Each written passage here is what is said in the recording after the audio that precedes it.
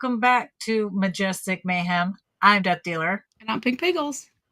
And tonight we have a special guest. Now, I'm just gonna let her tell you about herself instead. Oh, sorry, that would be me echoing. All right, Miss Julia Marchese. Hello. Hi. Marchese, actually. It's all right. You had the correct Italian pronunciation. Ours is the bastardized American pronunciation, so it's all good. I am an director, actor, writer, podcaster, filmmaker, film programmer, cinephile, weirdo, etc. You do it all.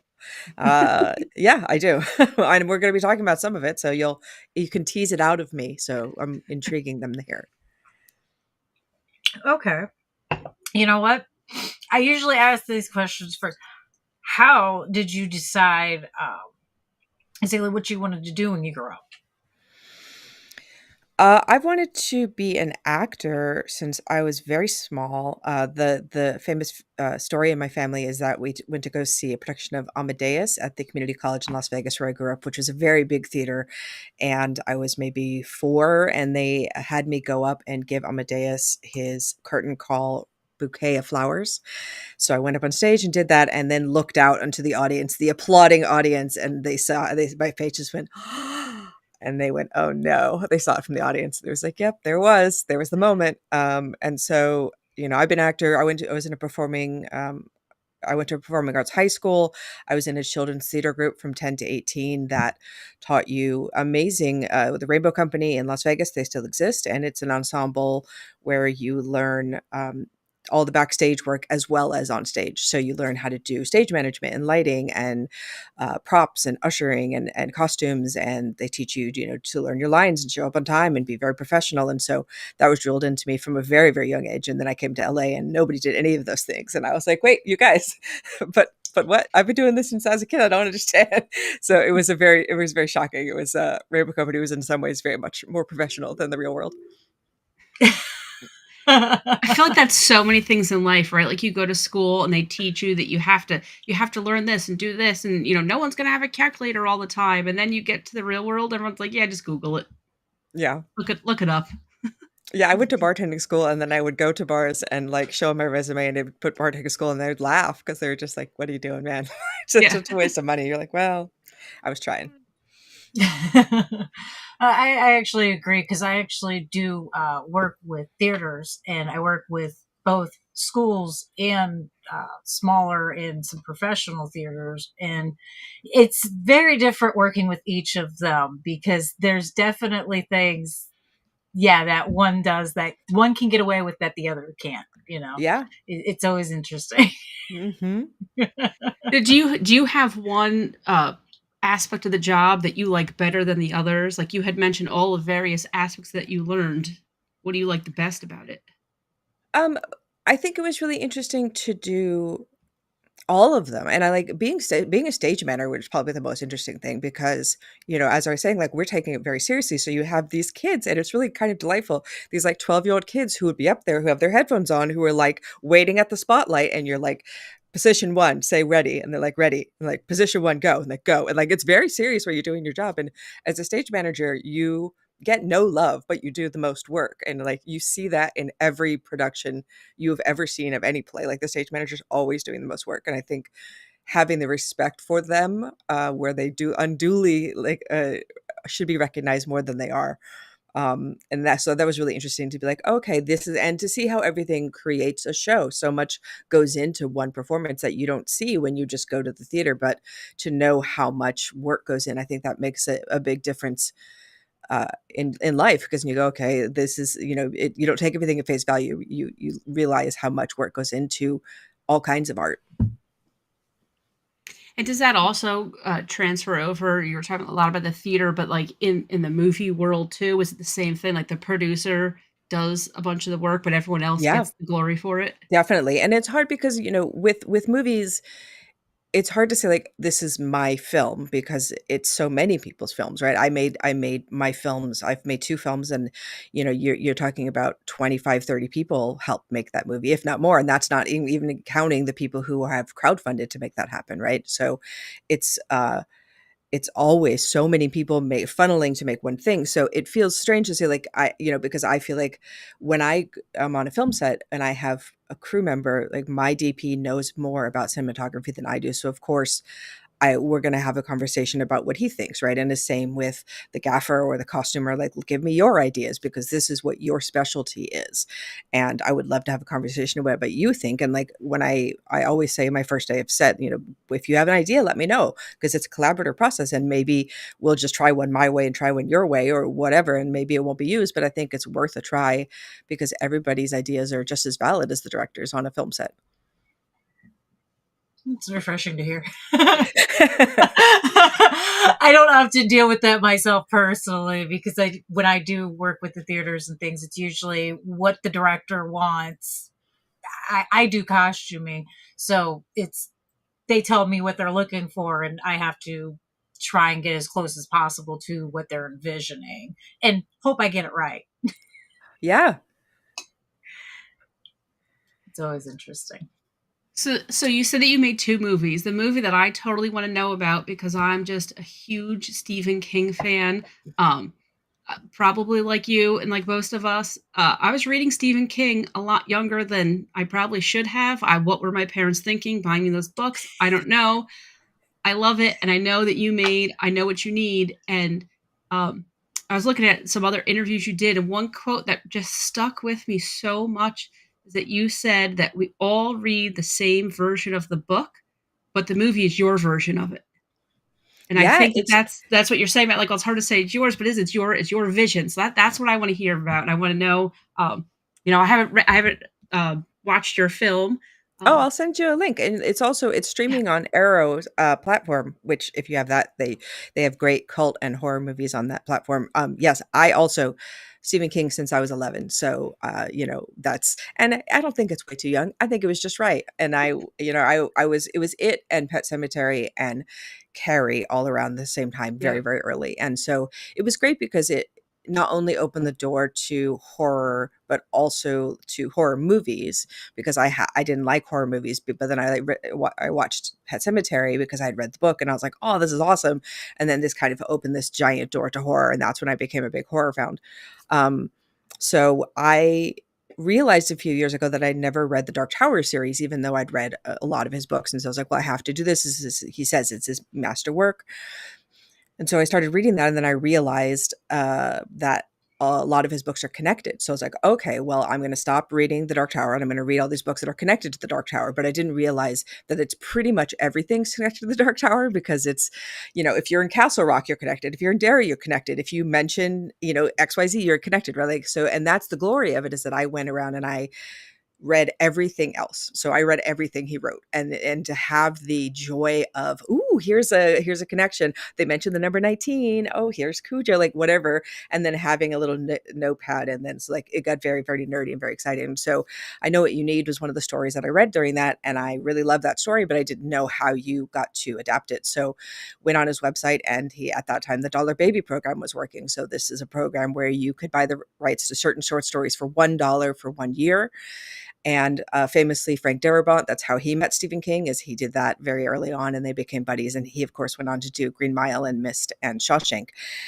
So I asked for I Know What You Need, which was not on the prescribed list that Stephen King had, but they said yes. And so I got to do that and the great thing about it as a super, Stephen King constant reader, was that we got to film in the exact locations from the story. So we shot at the University of Maine, and like the dorms he's talking about are the dorms that we're in, and the library that is the library. And I got to sleep in the room that he stayed in when he went to the university. So it was like a super, super nerd fest. And I was so honored. And I think the best compliment I've received with the films is like, it feels like you, but it also feels like Stephen King. And I think to be able to do both at the same time is really, really cool. So it did really well. It won a bunch of awards. It played at Comic-Con in 2024 and at the first annual King Con last year, where I made a bunch of connections. That's good now going to be furthering new art. So I feel like it's all cause a circle, as they say in the Dark Tower series. So this is, as someone who loves books, this is going to be a controversial question. Other than your movie, what's better, the book or the movie? Always the book. Okay. Books always better.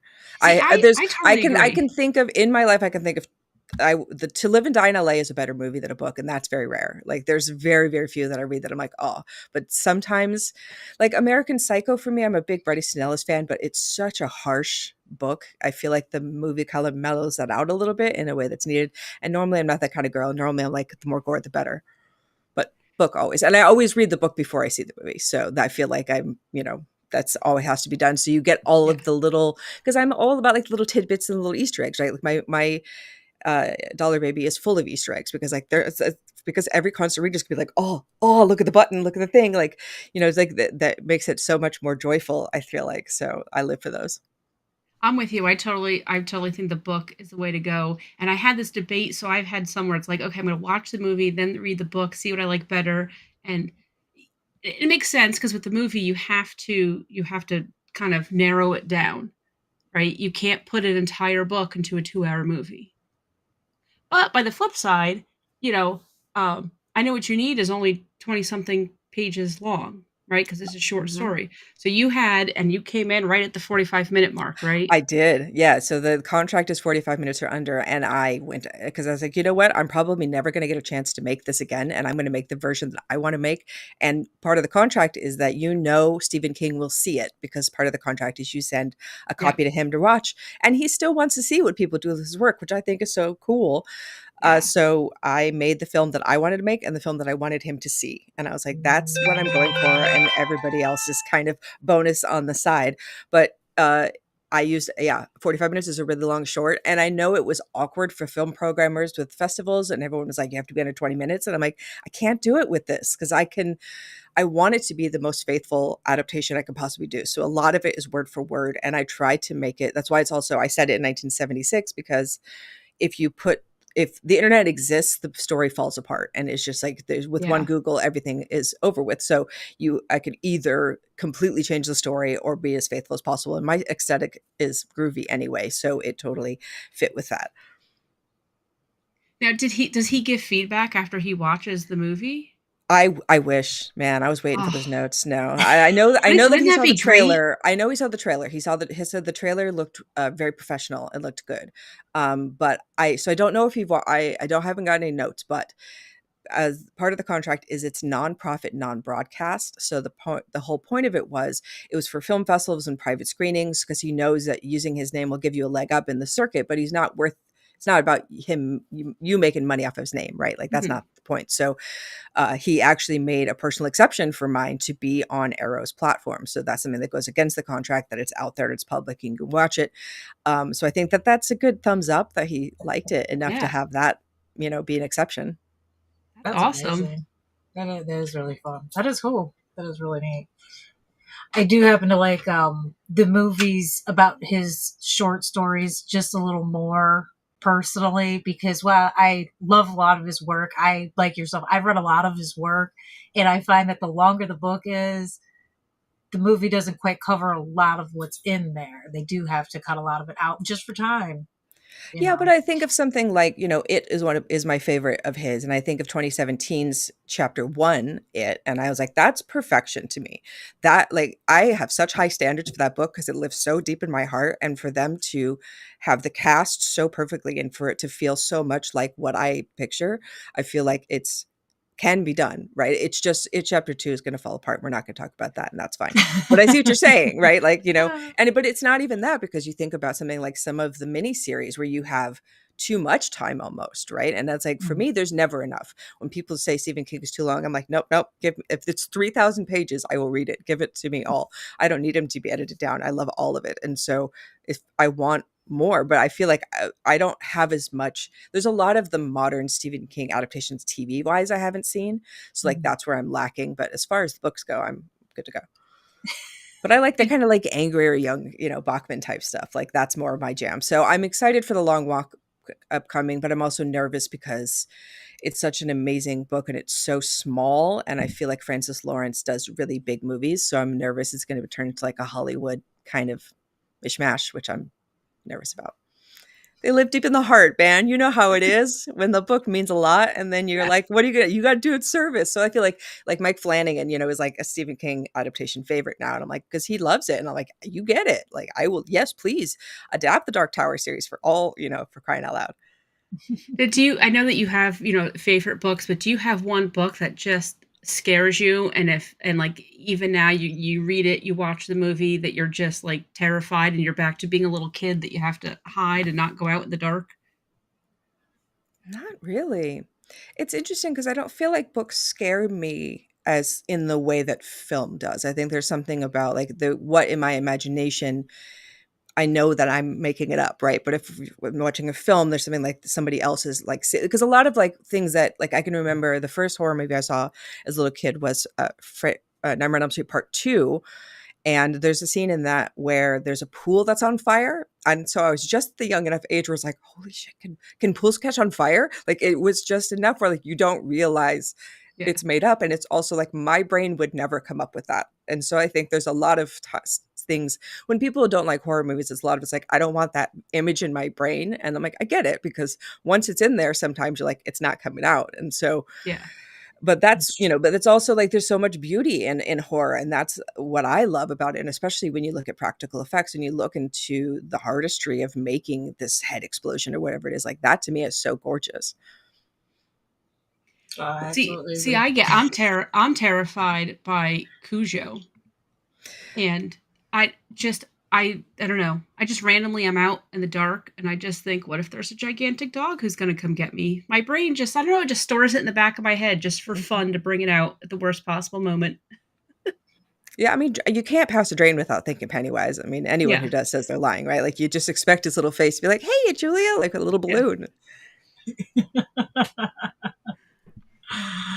Oh, it's too funny. Actually, down here, around Halloween time, a lot of people have, since the movies have gotten popular again, they do tie red balloons to the drains often. Yes. So you really can't help but think of it. The thing of it is though, because I've been on if you've never ever been to Bangor, you should go on SK Tours because they take you on a Stephen King tour around town, and Derry is basically Bangor map like geography-wise. So you can go to the Barrens, and you can go to the bridge, and you can go to the Paul Bunyan and the whole bit, but part of the ones they take you to is Pennywise's Drain, which is actually like a manhole cover with like a grate in it. So it's not the one that you think of in the movie where like they have their face on the side where the curb is. It's actually like in the middle of the street, like looking down, which I'd never really considered. And Huh. then I'm like, that would also be terrifying though, looking down into one of those kind of grates and there's like something there looking up at you.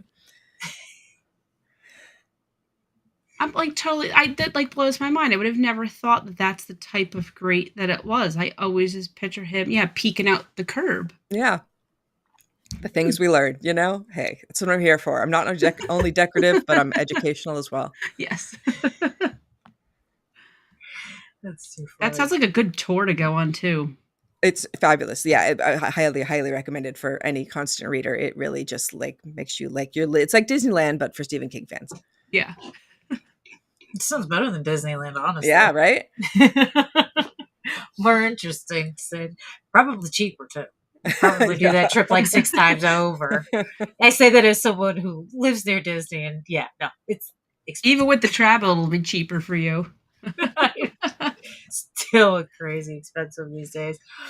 So, but you said you really appreciate the special effects of the horror movies. What's your favorite horror movie? A Nightmare on Elm Street. And my favorite horror death of in all cinema is from that film, which is the room turning Tina's death in the very beginning, which I think it's great to watch that with people now who are so used to CGI that I have to kind of rewind and be like, watch this again. This is not, they have actually built a room that is spinning and like because I think people are so used to being amazed by CGI now when you realize the practicality of and how hard it was like, you have one take to get this right. And like, they've built this whole thing. I think that's what's really cool. But something like, you think look at the effects in The Thing, or you look at the effects in American Werewolf in London, and like those to me like have yet to be topped. And I feel like everybody's aiming for those still, And I think that that's something to be amazed at. Like those movies came out in the very early 80s, but those effects are never going to die. And the same with Nightmare is like all of those effects, because they're practical, the film ages so much better than it does with CGI, because you look at early CGI films and you're like, ooh, ooh. It's hard to take it seriously. Like early CGI blood, you're like, come on, that's just, mm-mm. And they still haven't gotten, I don't think, blood right. No, I personally prefer, no, CGI blood, it always is disappointing to me personally. Yeah.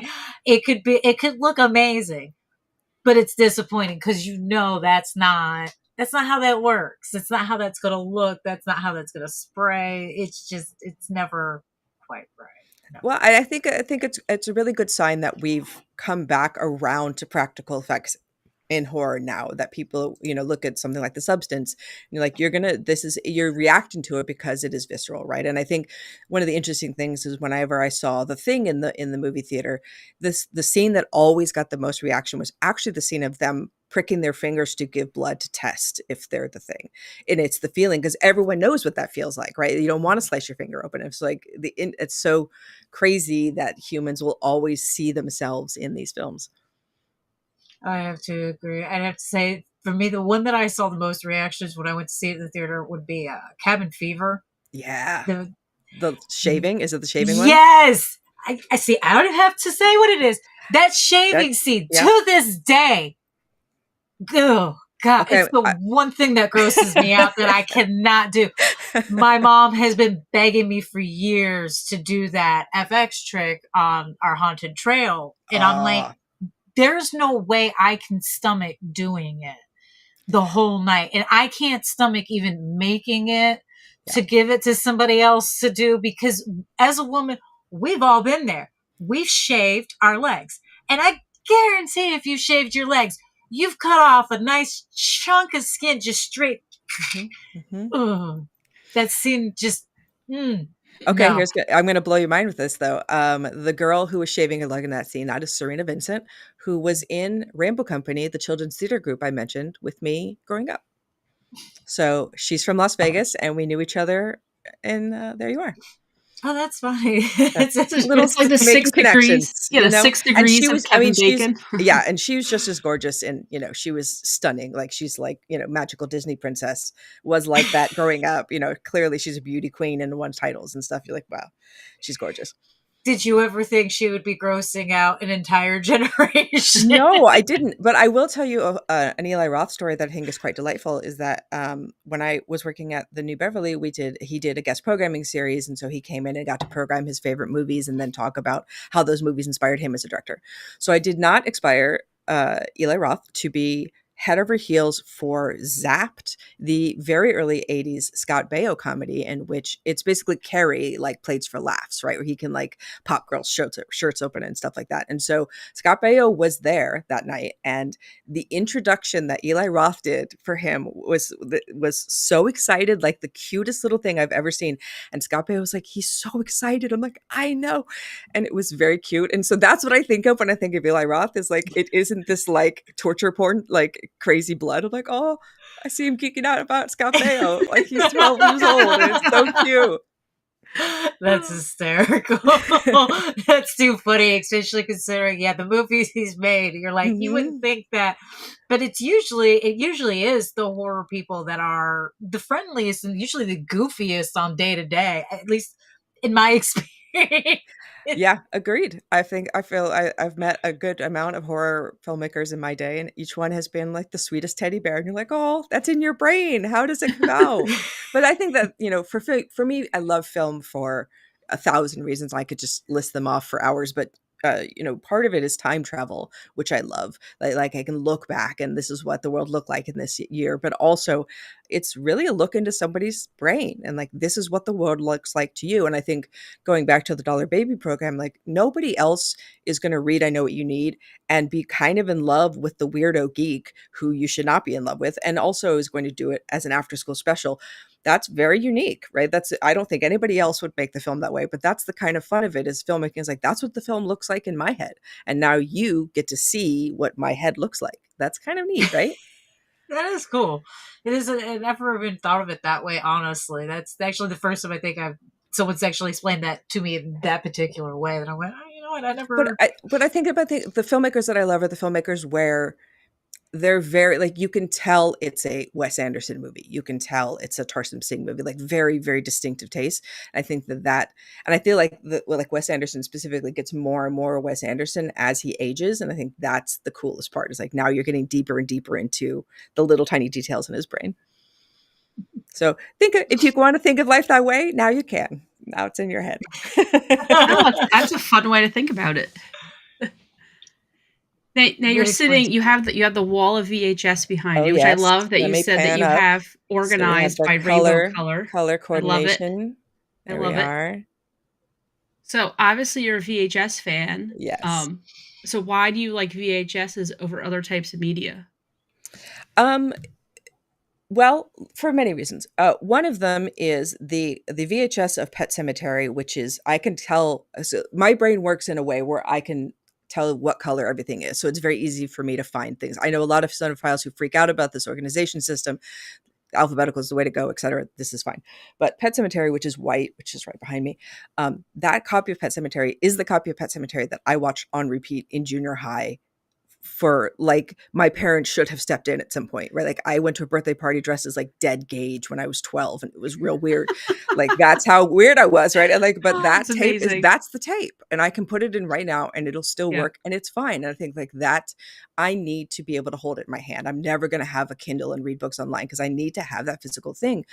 So, I know that it's not cinematically the best way to watch a movie. I understand that, and that's okay, because a lot of these movies I got when video stores were closing, and I got to go in and buy a lot of them up and know that they're living in like a place where they're loved and they're cherished. And I really, and I haven't seen all of them. I've probably seen 80%. So there's still ones in there that I just picked up, but I was like, oh, this looks interesting, and put it in there. But I don't collect as much as I did, because now I don't have as much space. But I just got, my friend Chelsea Stardust just gave me a copy of Satanic Panic. There you go. That's her movie. You can see my reflection. But this is one of 5 copies that were made especially for her. And she gave it to me because she knows how much I love VHS. And I was like, that's a present with some weight behind it. And so now it lives in a very prominent position in my collection. And like, and I could pan over to like, there's also got like the bootleg, like, Heavy Metal Parking Lot and like Star Wars Holiday Special and like those kind of things, where I feel like, to me, the only way to watch those things are on a VHS bootleg. Like, that's how I want to see Heavy Metal Parking Lot. And like, that makes sense for me, but of course, not for everybody. And that's okay. Makes me happy. Do you have a standalone VCR? Or do you have the combo TV VCR? It is a VCR DVD combo. Okay. So that's what I'm rocking. And it'll be shocking to you all that I kind of stopped after DVD. So I don't have a Blu-ray player. So I haven't gone past that. I'm like, I can't, because then it is just like, where else does it go?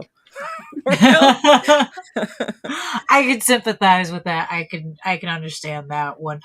But I do have to say, there are a few movies that I do recommend watching the Blu-ray re-release of them, because the picture is much clearer than what you would be expecting. It doesn't change anything other than some of the scenes that would be much darker are a little brighter.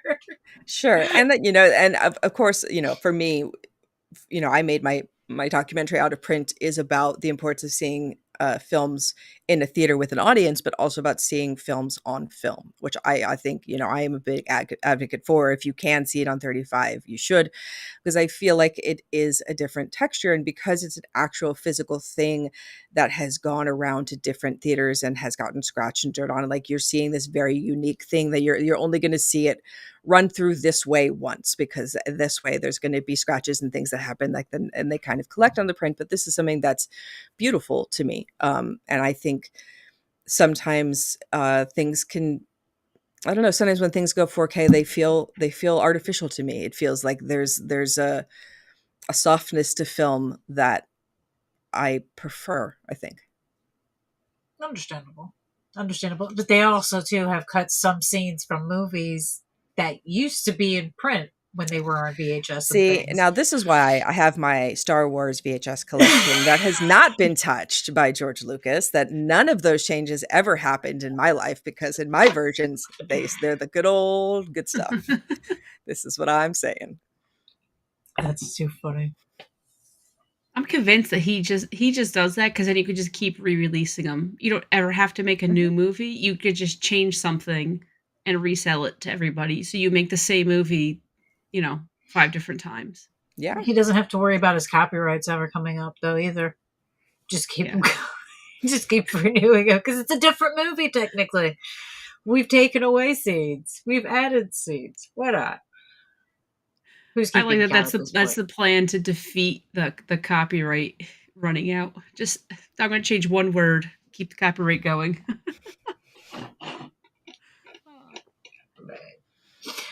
So, which one was your favorite movie to work on? Movies I've been in, or movies that I made? Dealer's choice.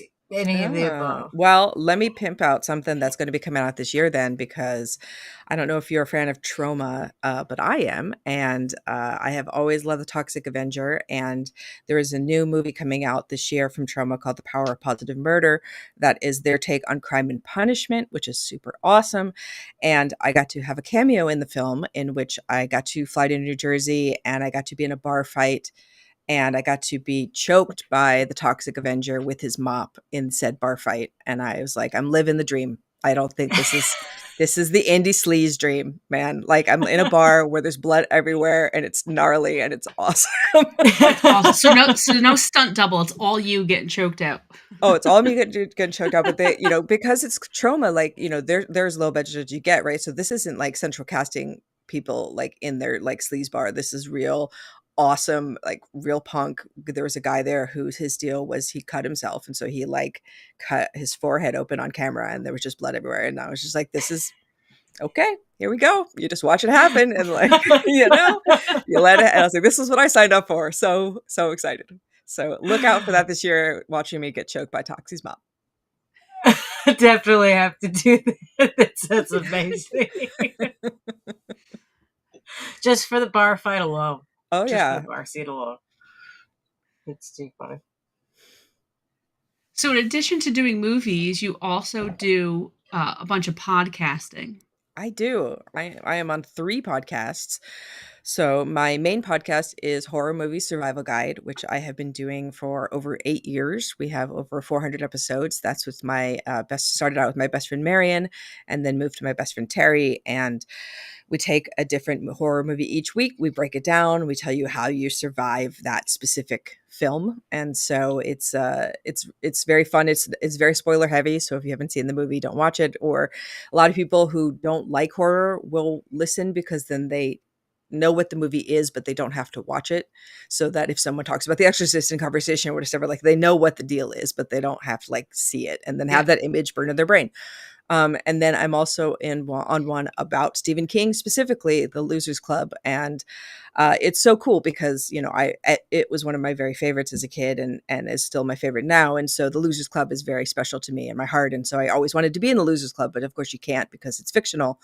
But I am in The Losers Club now because I'm on a podcast called The Losers Club. So I like fulfill the childhood impossible dream. And that one's really fun because we go really hard, and it's also there's no time limit. So it's just, if it goes 3 hours, it goes 3 hours, and we're talking about whatever. And so there's book breakdowns and movie breakdowns. They're really fantastic. And then my third podcast is called Jodorowsky, and it's all about the works of Alejandro Jodorowsky, who is, of course, a fantastic filmmaker and artist, comic book muse, does everything.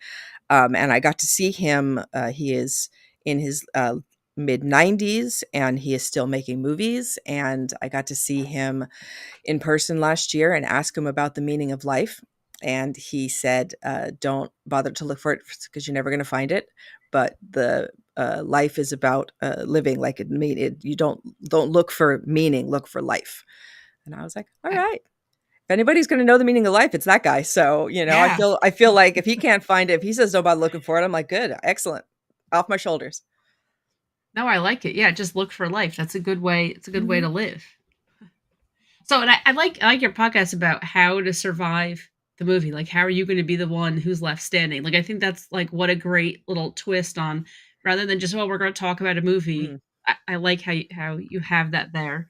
Thank you. Um, Well, it came from my senior year of college. My best friend Marion and I decided to watch every horror movie in the horror section of our local video store to learn how to survive horror movies. Because the idea okay. was like, if we watch enough, we'll learn how to survive. So we'll know what to do in those situations.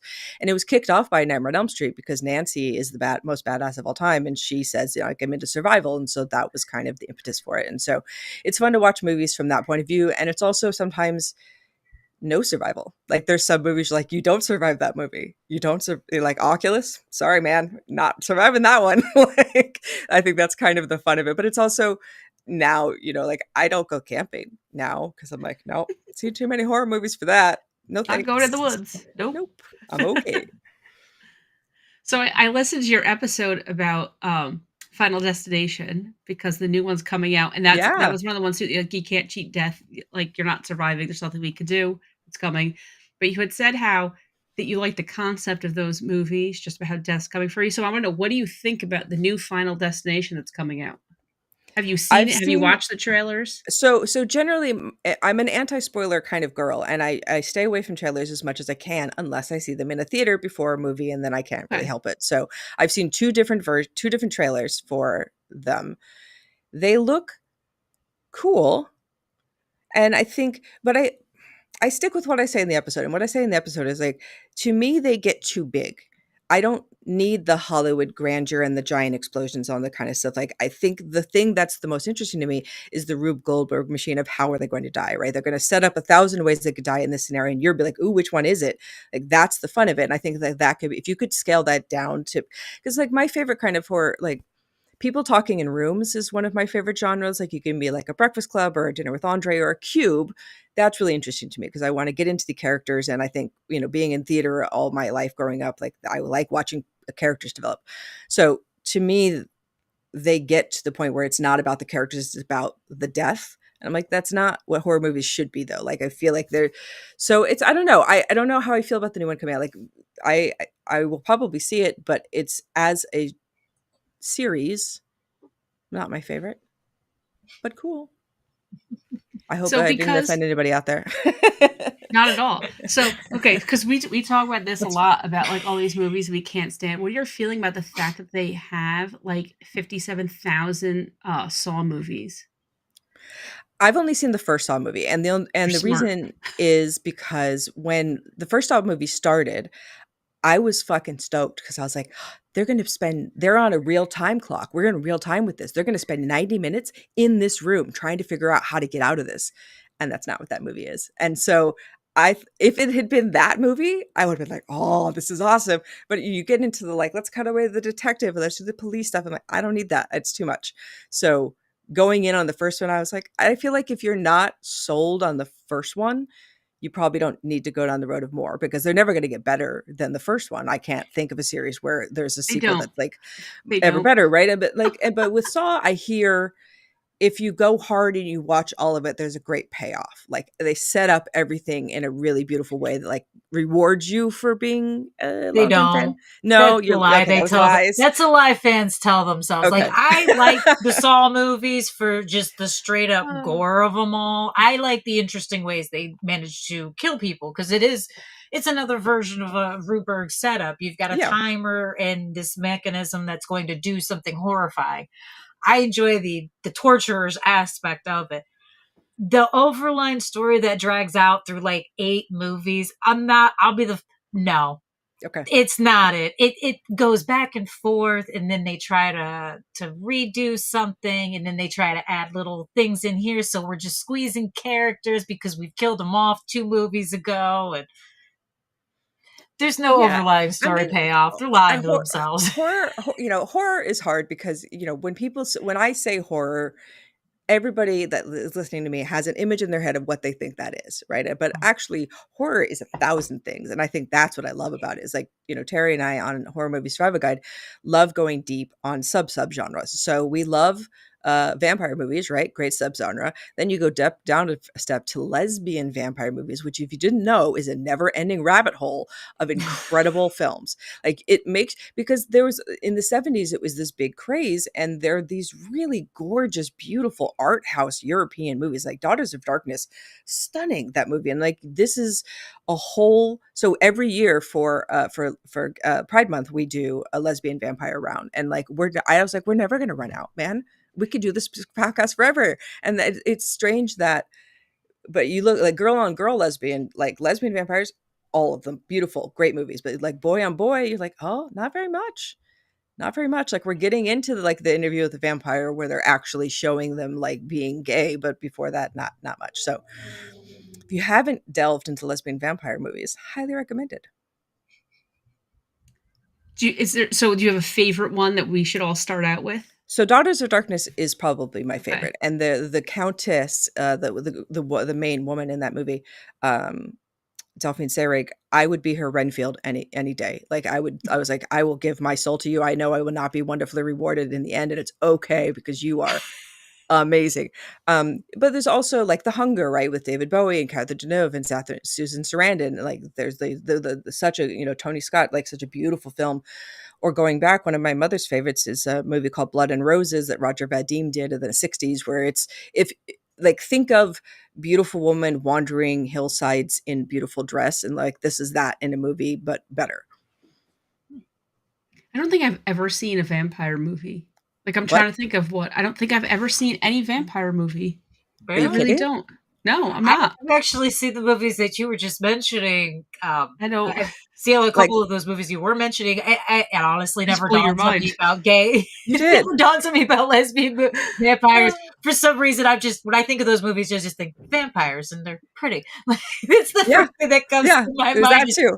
It's actually, if I'm being correct, it actually is like bisexual vampires. Let's be specific. But okay, you've never seen Lost Boys or Fright Night or Bram Stoker's Dracula, Dracula's Brides, and Bram Stoker's Dracula. That was heavy lesbian vibes. I mean, bisexual vibes when they're all up on Keanu and stuff. Oh, good stuff. Really? So good. So like hot. You didn't even see Nosferatu? Like you got nothing? Wow. Okay. So I learned something new. As a kid, we didn't watch a whole lot of movies, so I missed out on just so many classic movies. Like I never saw E.T. until I was a grown adult, right? Okay. Like movies that everyone saw, I never saw. When I met my husband, he loves movies, so now, like as an adult, I've watched a lot more movies, but I really can't think of any vampire movie that I've ever seen. Okay, well, let me give you a top change five. That. Let me give you a top 5 right now. Let's go. Okay. Top 5 Dracula write this vampire down. movies ever made. Bram Stoker's Dracula, that's Francis Ford Coppola, and that is the most beautiful, faithful adaptation of the novel that you'll find. Okay, it is just gorgeous, beautiful. Shot. Like gorgeous. Keanu Reeves is the one sour note in that movie, and I love Keanu Reeves to death, but it's just the accent. Not good in that movie, and he says that he was just tired and he couldn't pull through, and like it's okay. Fright Night, which is great because we got some 80s deliciousness. Yeah. It's also a horror comedy, so like maybe start with Fright Night and then you can like work up because that's pretty lowbrow. Lost Boys, always 80s classic. Okay. The Hunger, as I mentioned. No, we'll take The Hunger off because that's on a separate list. That's the lesbian vampire list. So then I actually get 2 more. Vampirus Lesbos, really great, really fun. And Once Bitten, that's a left field one. That's a Jim Carrey in one of his very early roles, and Lauren Hutton as a vampire. And I think that movie's fantastic, and it's got a dance number in the middle, which I love because, in my opinion, every movie is better with a dance number. Apparently I saw Abraham Lincoln Vampire Hunter, so I've seen one. That's the one you've seen? That's so upsetting. And I didn't say Nosferatu, but I should have said Nosferatu because that's also really beautiful. Any of those versions, but the original, obviously 1922, but Eggers' version is also beautiful. I made a list, so I have homework to do now. Go watch vampire movies. Doing my job. This is what I live for.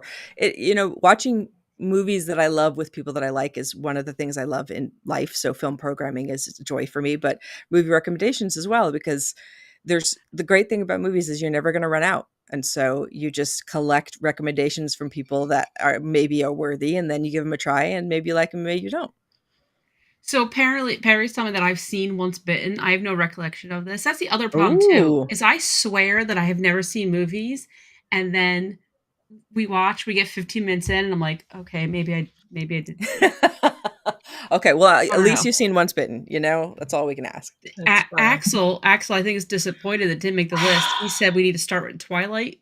No, that's not on anybody's listen.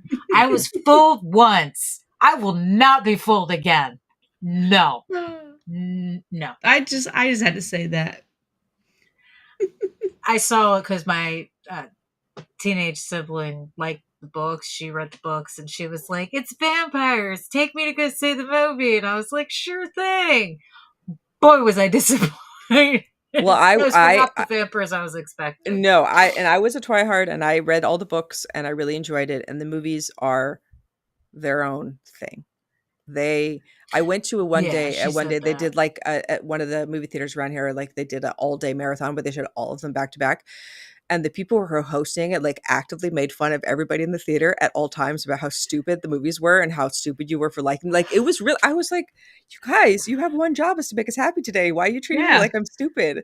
That's mean. Team Edward for life. But yeah, I know they're not great movies, but also Kristen Stewart really hot for. So I'll watch if you haven't seen Underwater, by the way, speaking of Kristen Stewart, that movie's great. And that movie has an ending that is so fantastic, and I don't spoil it for anybody, but if everybody knew what the ending was, it would be a way more popular movie. I'll say that. Well, and movies don't have to be great to be good movies. That's true. There's so many movies I love that they're just dumb movies, but I love them because I know they're dumb movies. That's my expectation. I'm not expecting a great cinematic masterpiece. I'm there to have fun. Therefore, I do have fun and I enjoy it. And I think that's, if you like one of the 57,000 Saw movies, more power to you. I think they're stupid and I didn't make it past number 2. But if you like it, obviously people like it because they're still making them, right? Enough people they may still make money. Well, Tammy and I always say on the show, because we watch all manner of movies with all like a varying degree of quality, right? And they think that the thing to remember is that every movie has one super fan. Right? Every movie ever made, there's one person who's like, this is for me. And like, that's all you can ask for. So no matter what you think of it, like you're making it for that one person who gets it. And that's all you kind of need. Yeah, no, I agree. Do you have a movie that you're like, what's your movie that you're the super fan of? Oh man, there's so many. And the thing that was, I've gotten to, I got to film program at the New Beverly, and then I've got to do it. I program at the Somerville Theater every Halloween. And so I've got to show a lot of my favorites. And like, I have, my MO growing up was always I'd get a crush on a boy, and then I would watch every movie that boy was in. So I was like, okay, and now Ralph Macchio, every single movie they're in. C. Thomas Howell, every single movie they're in. So like, I got the deep cuts going on, right? And I am not ashamed to be a fangirl, because when I was at the New Beverly, I had a programming for my birthday where I showed 2 Donovan Leitch movies. So Donovan Leitch is Donovan the 60s singer's son, right? He's Ione Skye's brother. He's an actor and he's great. And I showed The Blob and The In Crowd, are 2 movies that he's in. And he came to introduce the movie. And we were supposed to do a little like intro beforehand, and then we would come back and do the Q&A. And he came out and he kissed me on the cheek, and my mind went blank. It was gone. I had nothing. And I must have looked so shocked. And the whole audience started to laugh because they could see that I had nothing. So I was like, we'll be back after for the Q&A. And then by then I was fine. But I was like, and like, but so if you haven't seen this is the movie I'm pimping. The In Crowd, if you haven't seen, is from the same year as Hairspray from 86, John Waters, but this is kind of the gender swapped version of Hairspray. So this is about a boy who is growing up, who wants to be a dancer on an after school show in the 60s, and they're perfect bookends to each other. So I always throw that out there. It's not as like sophisticated as Hairspray. It's not, we don't have the racial element or anything going on, but it's still like a really fun movie. He's so beautiful. He dances so well. And I can't believe he got to have him kiss me on the cheek. I feel like I won a life. When you take a shower, do you just like make sure to put the soap? That's that one I have spot never washed gets washed it out. since. You have to put a piece of tape over so it doesn't get wet. That's too much. So Oh, Go got ahead. it, Vicky. No, I was gonna say, so you made a movie about the new Beverly. I did. I did. Yeah, it's called Out of Print, and it is a documentary about the importance of seeing movies in a movie theater. And I got to interview so many amazing filmmakers and actors, John Landis and Patton Oswalt and Edgar Wright and Joe Carnahan and Joe Dante and Stuart Gordon and Tom Holland, and talk about what they loved about cinema. So it was so cool to do. And then I got to shoot. So the part of it was 35 millimeter was going away projector wise and going into digital.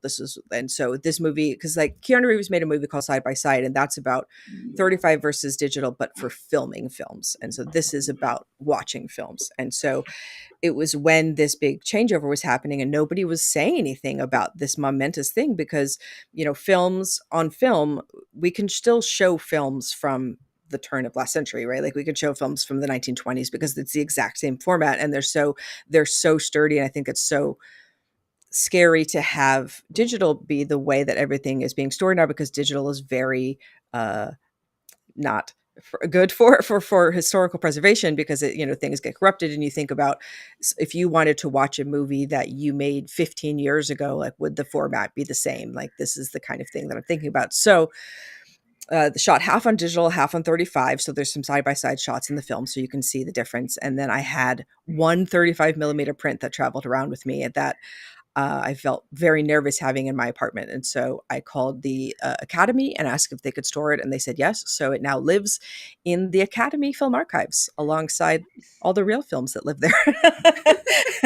That's how I feel about when I go. I'm like, hey, I'm right next to like, that's a King Kong. Like it's right there. And I'm just, because it doesn't feel, of course it's a real film, right? Like you can watch it on, Canopy and Amazon Prime and all that stuff. But when you make it, it feels different. So That's awesome though. So you think that like 100 years from now, when people go to watch movies, right? They go in and somebody's like, we need to watch Saw 9, that they're just not going to be able to because it's going to be corrupted and that'll just be lost forever. yeah, I don't Is know that what's going to happen with it. I don't because the preservation mediums has always been physical things, and so we're like digital house. It's quite new, right? Like storing yeah. things digitally it was in our lifetimes, so that's pretty new. So I don't think looking forward 100 years, I don't know what we'd be able to watch from today. Well, I always think of it like this when it comes to just digital things. Should something happen to the power grid, it's over. You won't be able to have that thing anymore because you don't have a particular way to power it, or if it needs, a hard drive or something, you don't necessarily have that. But with pictures and film, you only really need a candle and an arm to kind of turn Mhm. turn a wheel to keep it going. It's I don't know. At the end of the world, if the end of the world happens, Well, you're yeah, only going to be left with strictly physical things. but it is a good point because what if the data does get corrupted and you're not going to know until it's too late? You don't know if it's something right now is actually getting corrupted. And look at how many DVDs that were made that they thought like this is great, we have it, it's still physical, and there was disc rot.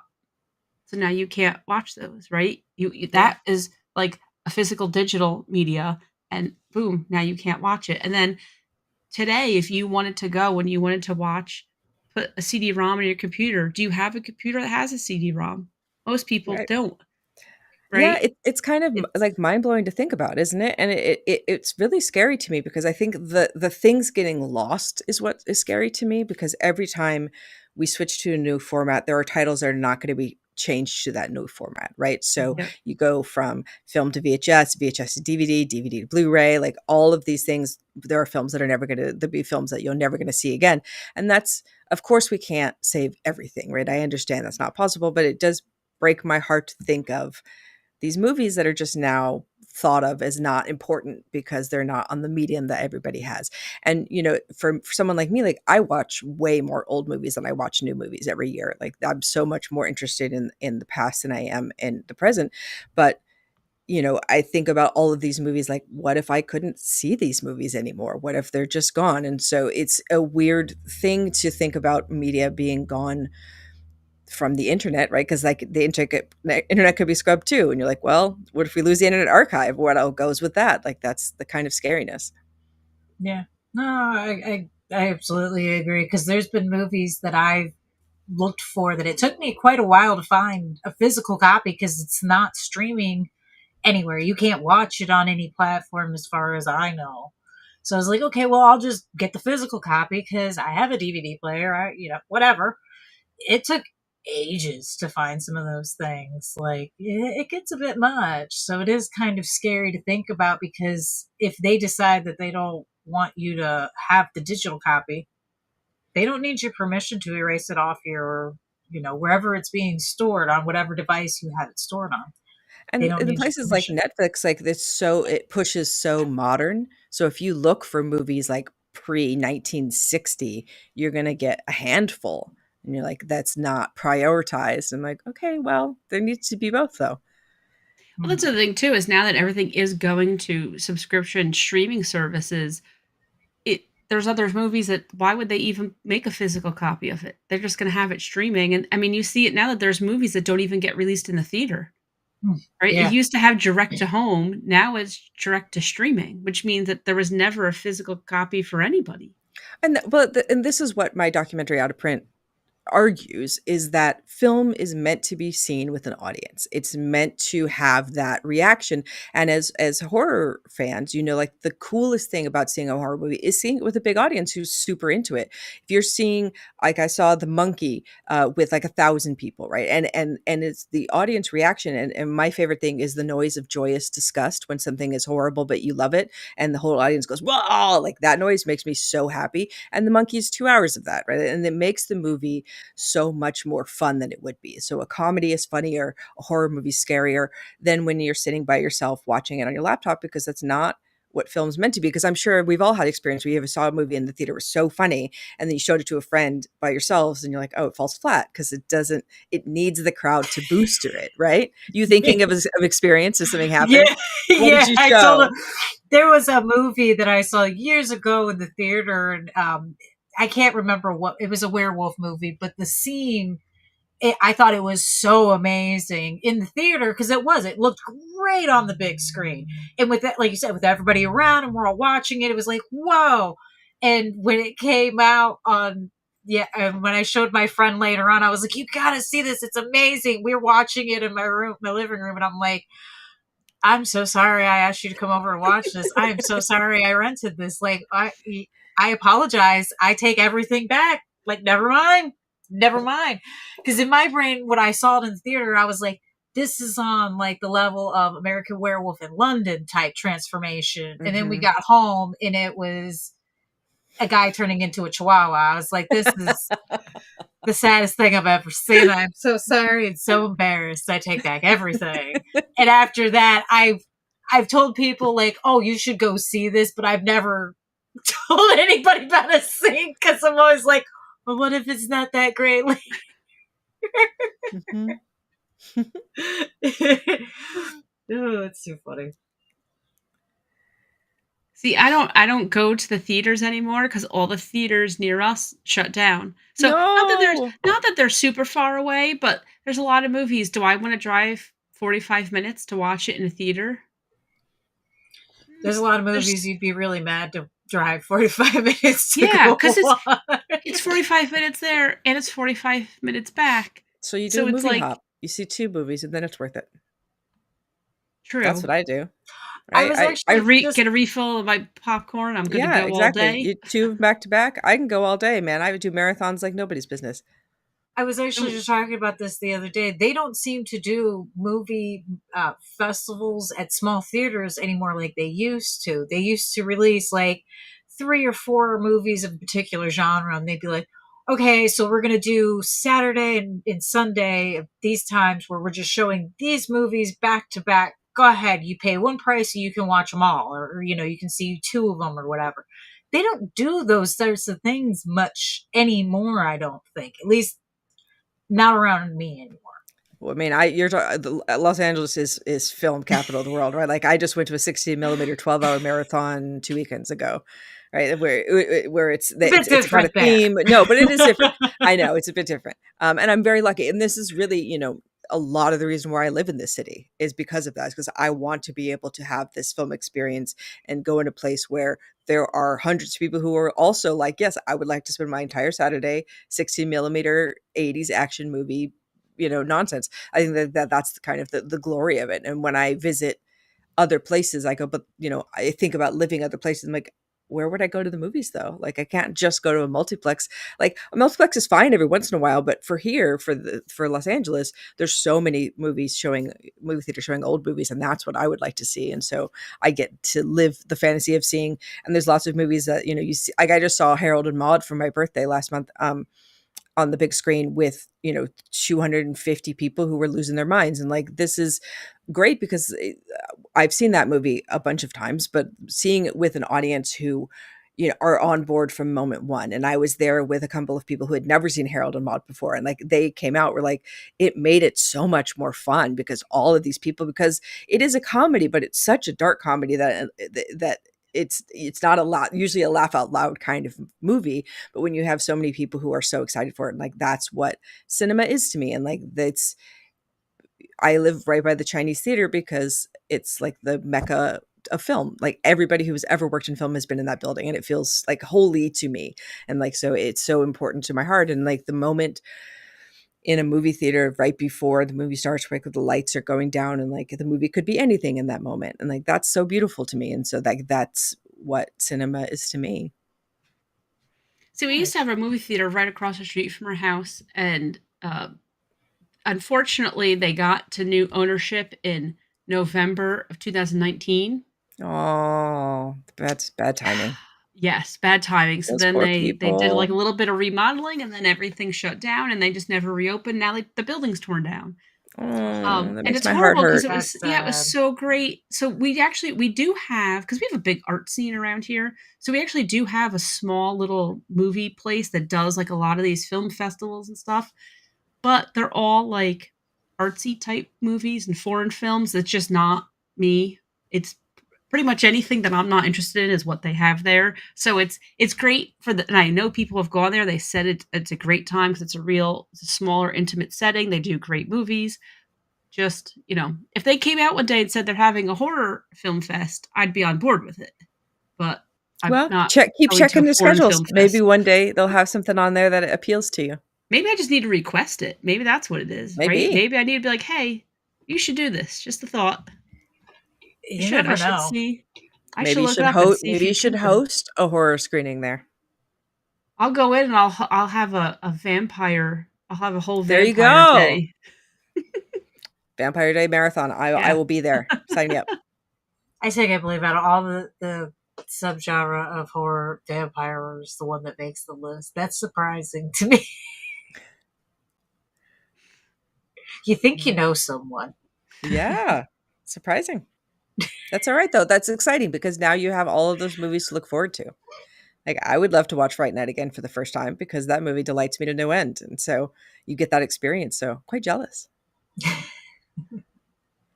Do you have a favorite genre that you just keep coming back to that you love more than others, or you just like all of them?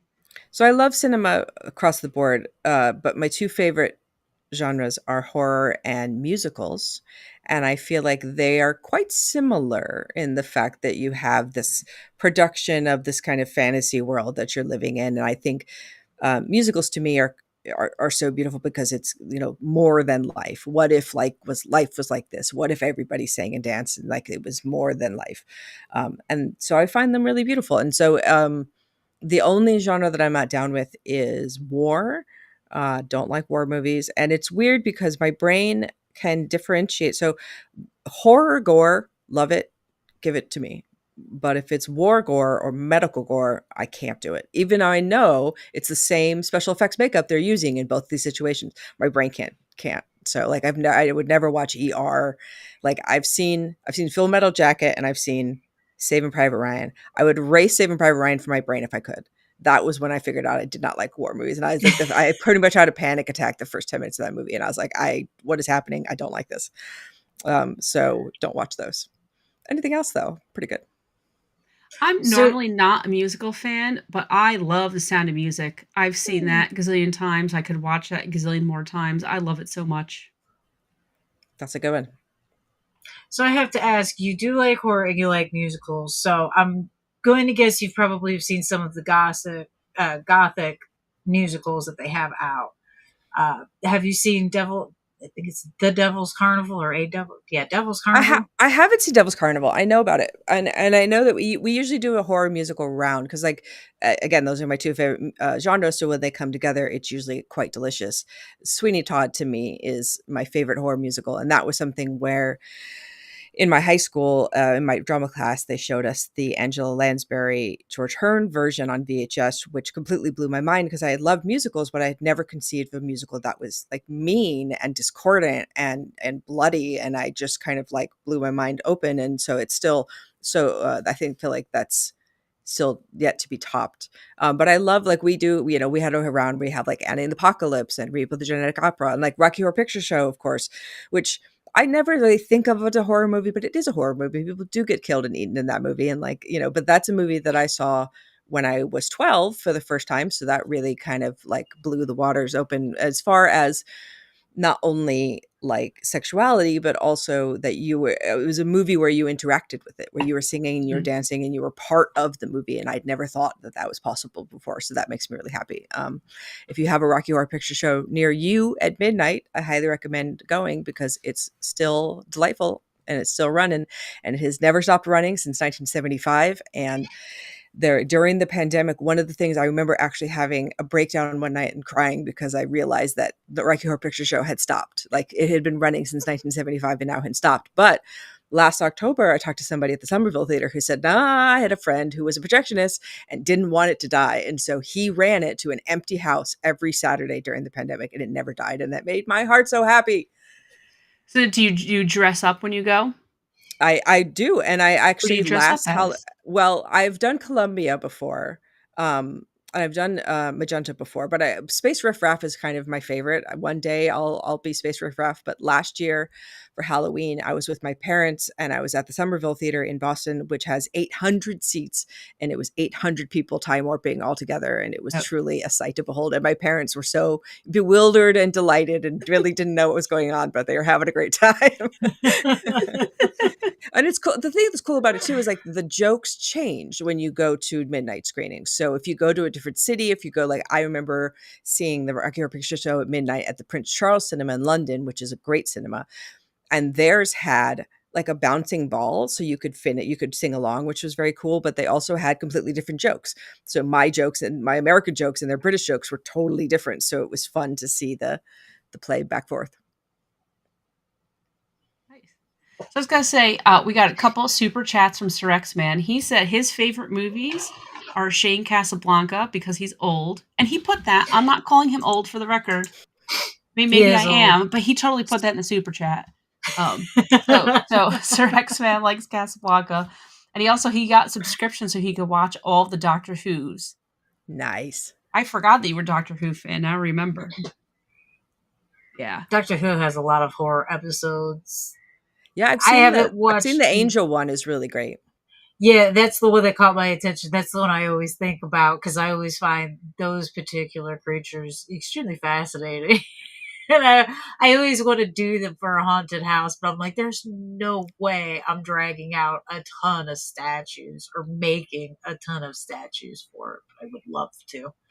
Love to. That would be fun. That would be cool. But okay, so what was your favorite movie to act on? I got to be in a Joe Dante movie, and that was pretty spectacular because, he is an iconic filmmaker. I saw Gremlins when it came out opening day when I was 5, and that's how I found out there was no Santa Claus, is from Gremlins. And I was like, well, Aww. Thanks, Gremlins. And I love that they made that movie and marketed it to kids, and then it told kids there was no Santa Claus. Like, that's punk rock. Punk Love it. So I've been, Joe Dante's made a thousand amazing movies, Explorers and Howling, and just it's such a cool filmmaker and an amazing person. He has the most encyclopedic knowledge of film of anybody I've ever met.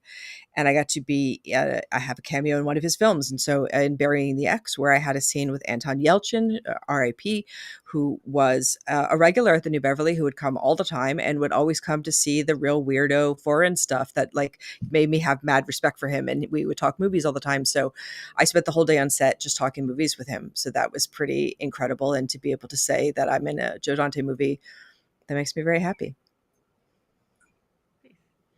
We got one more super chat from Sir X-Man. He said Singing in the Rains is #1 musical. It's hard to beat, really. Singing in the Rain's pretty spectacular. I'm a Moulin Rouge girl. I would say that's my #1 musical. I've seen that movie so many times, and it makes me cry tears of joy when I see it in the theater. The can number every time because it's so joyous and so beautiful. Okay, so this might be a dumb question because I've never seen Moulin Rouge. Is because the only Moulin Rouge that I know is like Christina Aguilera. Oh, sure, right. Like I'm assuming that's a remake, and there's like an original Moulin. That's like, why that song was made. Or is oddly enough, it's the music video for that movie. They made it for. Okay. That's why they that's why Nicole Kidman was in it, right? Artists got Ewan McGregor. Yeah. Okay. That's the only reason I thought maybe you're just a huge Christina Aguilera fan or something. I don't know. I got nothing against Christina, but I'm talking about Baz Luhrmann is what I'm talking about. Okay. Oh, Baz Luhrmann. He made the Elvis movie. He did, and so he also made Moulin Rouge. So he has a trilogy which are called the Red Curtain trilogies, which is Strictly Ballroom, Romeo and Juliet, and Moulin Rouge. And if you haven't seen them, I would highly recommend watching them in that order because I feel like they get more and more spectacular. Wait, you said Romeo and Juliet. What was the third one? Strictly Ballroom is his first movie. And are you talking about the Leonardo DiCaprio Romeo and Juliet? Mm-hmm. Oh, I totally saw that one. Okay, great. Well, then you know Baz Luhrmann and you know his film style and his incredibleness and his artistry. And this is, I know he's not to everybody's taste, but I feel like for me, I want my films to be larger than life, more beautiful, make me feel like this is the way I wish life was, right? This spectacularness. And he has this showmanship about his filmmaking that I really love. And also that he's so frenetic but has such a style that it's a Baz Luhrmann movie. And that's what I love about him.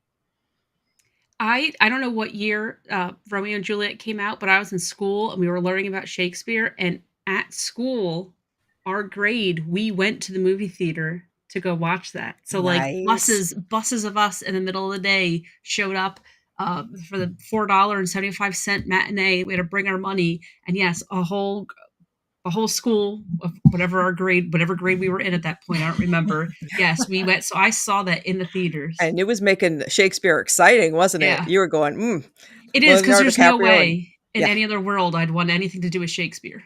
Oh, but I still remember the movie though. This many years later, I still remember it. But I think, the thing about Shakespeare is people feel like he's inaccessible, but I feel like all of his plays have such universal themes that I feel like it's always interesting. So it's like Stephen King with the Dollar Baby Program, right? You have the story and this is the way he wrote it, but how are you interpreting this story, right? So watching somebody's interpretation of Romeo and Juliet or Hamlet is fascinating because you're like, this is the version in my head, but that's not what you see. And I'm going to watch your version. And so Shakespeare, especially on film, I think is always fascinating because you can go the Kenneth Branagh route where you do Hamlet, like the whole fucking thing. And I'm like on board for it.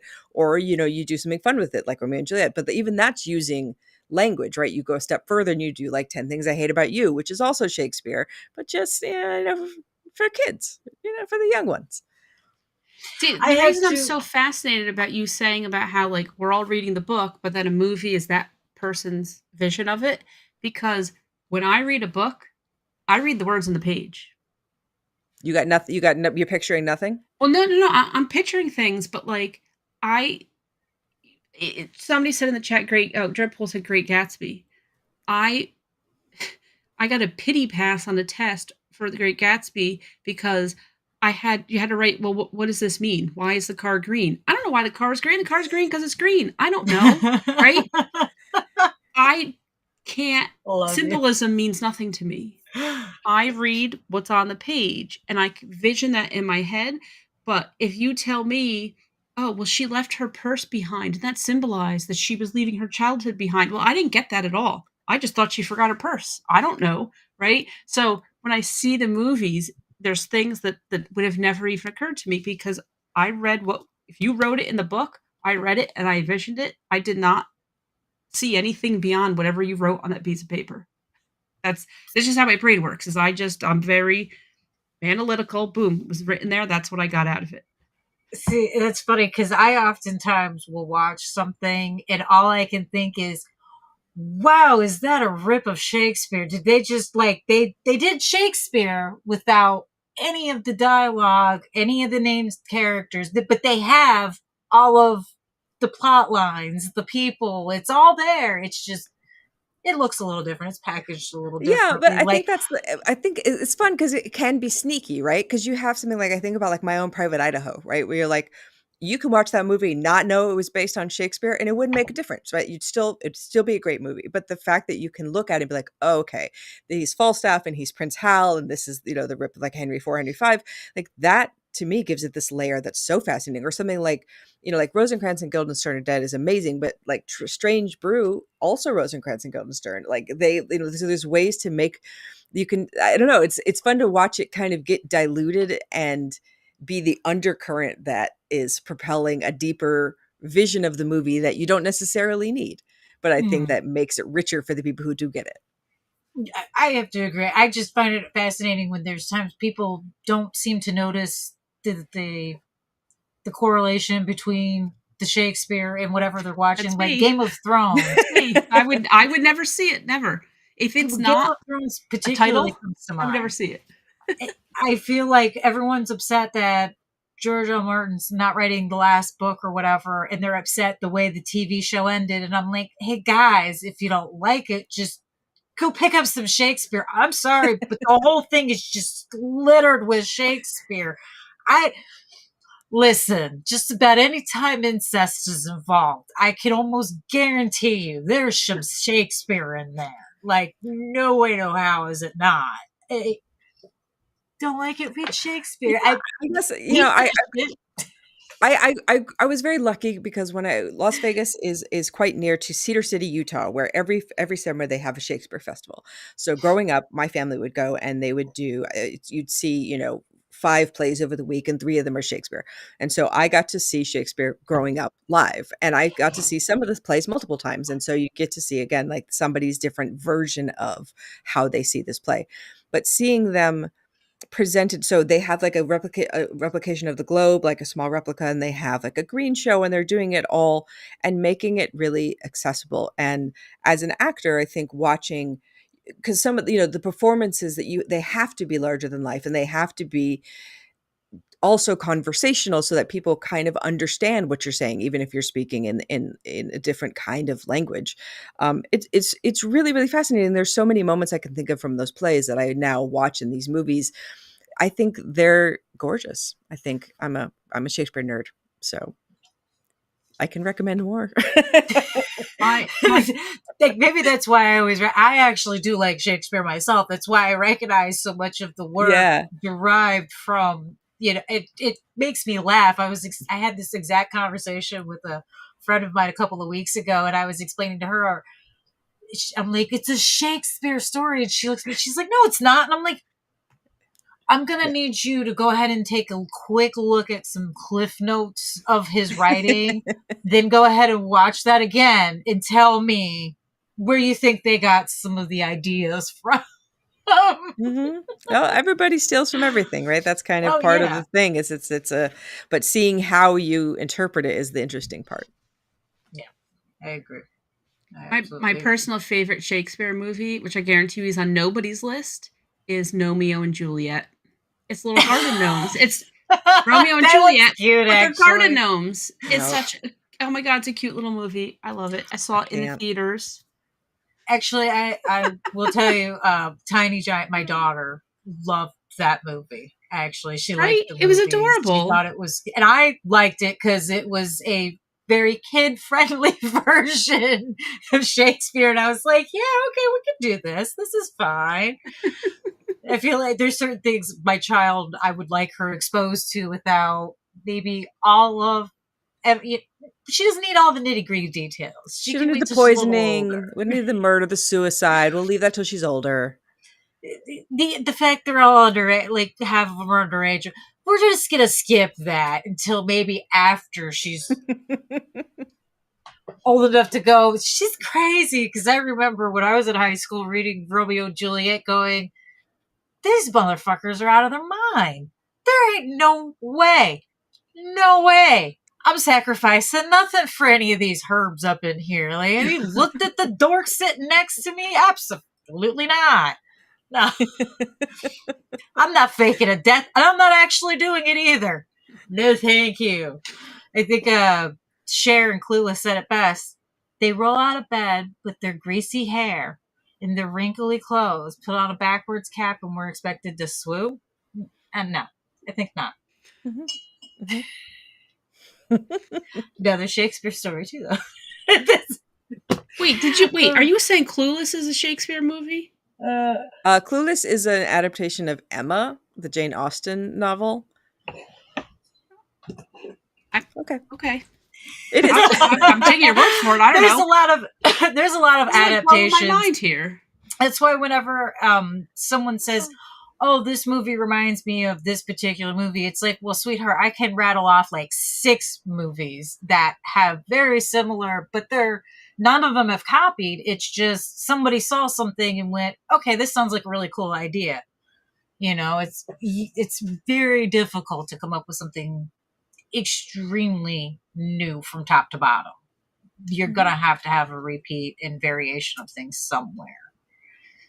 See, this is what I love when we talk about like what our favorite movies are and what we've seen, and I love it because you could tell that like you are somebody who's in the arts and that type of thing, whereas I'm the polar opposite, and I'm the analytical end of things. And it's just fascinating that you can see even from things like movie picks, you can really see that divide on the things that we're watching. And like, it would never occur to me that any of these things are based off novels that I never read. And because let's be real, when I was in high school, you can pass a test by reading the back of the book.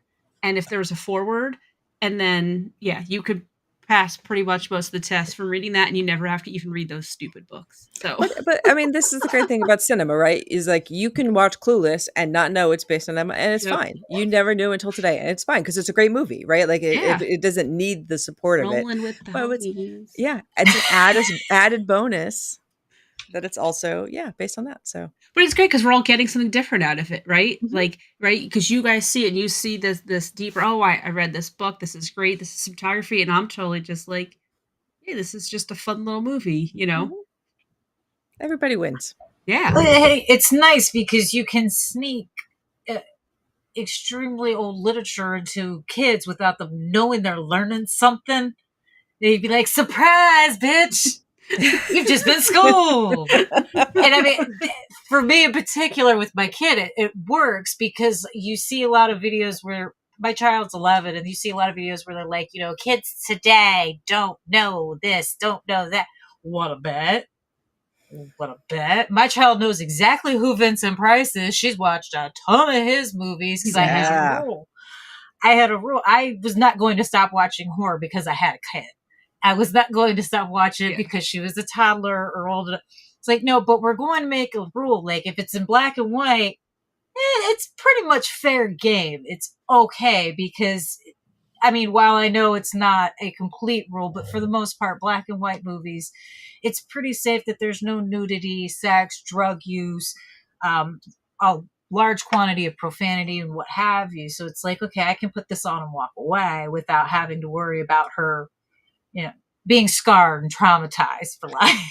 But you can never tell what's going to scar and traumatize a child. And that's the hard part of it, right? That's true. A lot of us have something that's like, it's a commercial. It's a bit in a sitcom. It's not meant to be scary. And your brain went, like not, Yeah, you're absolutely. Actually, because you know what? It's funny you mentioned that because one of the things that I still hold on to this day was from the Creep Show. Mm-hmm. Creep Show 2, as a matter of fact.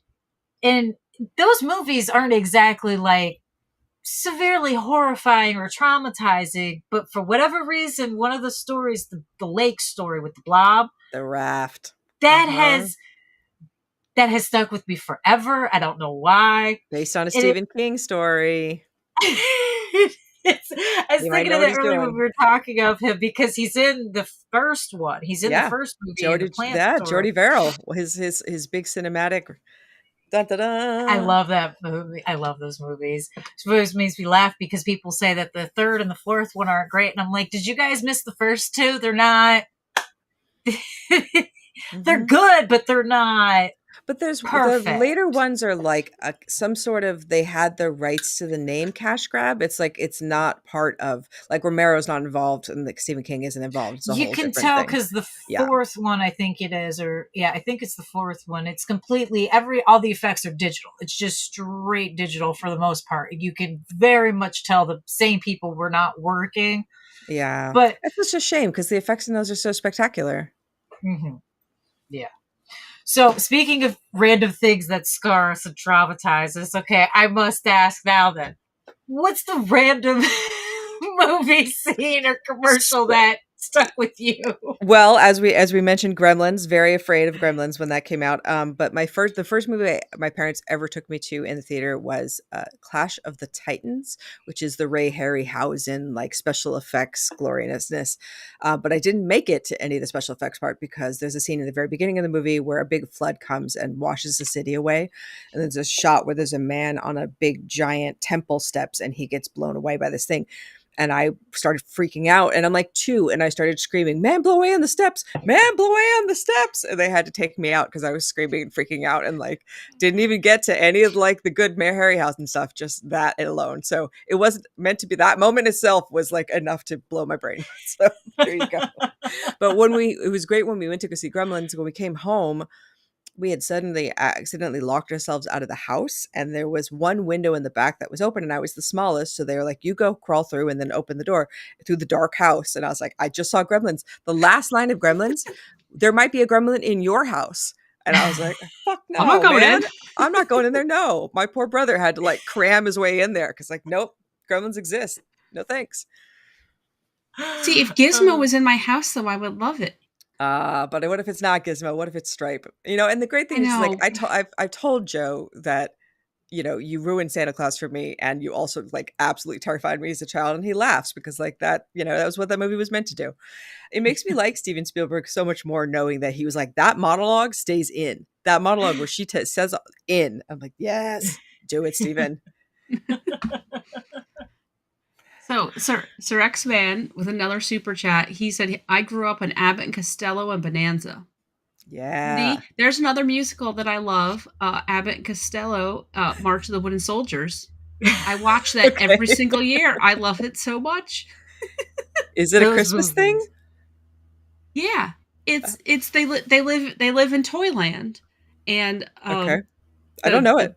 And it's got a lot of I totally lost my train of thought. What are like fairy tales, like Brothers Grimm fairy tales. Okay. So they're like there's little Bo Peep, there's the old woman in the shoe, right? So there's all these different fairy tale characters there. They're all living in Toyland, and the boogeymen come to get them, and they have to fight off the boogeyman invasion.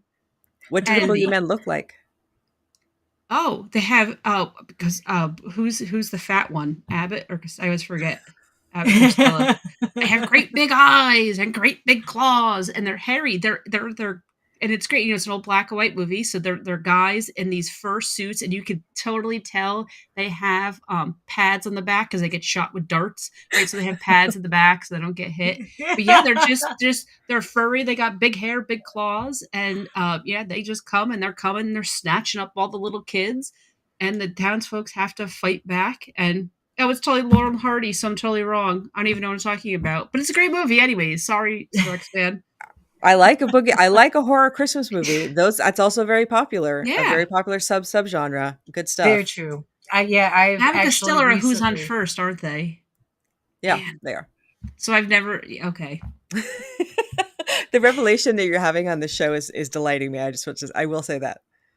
I know I'm so educational. I'm just learning everything tonight.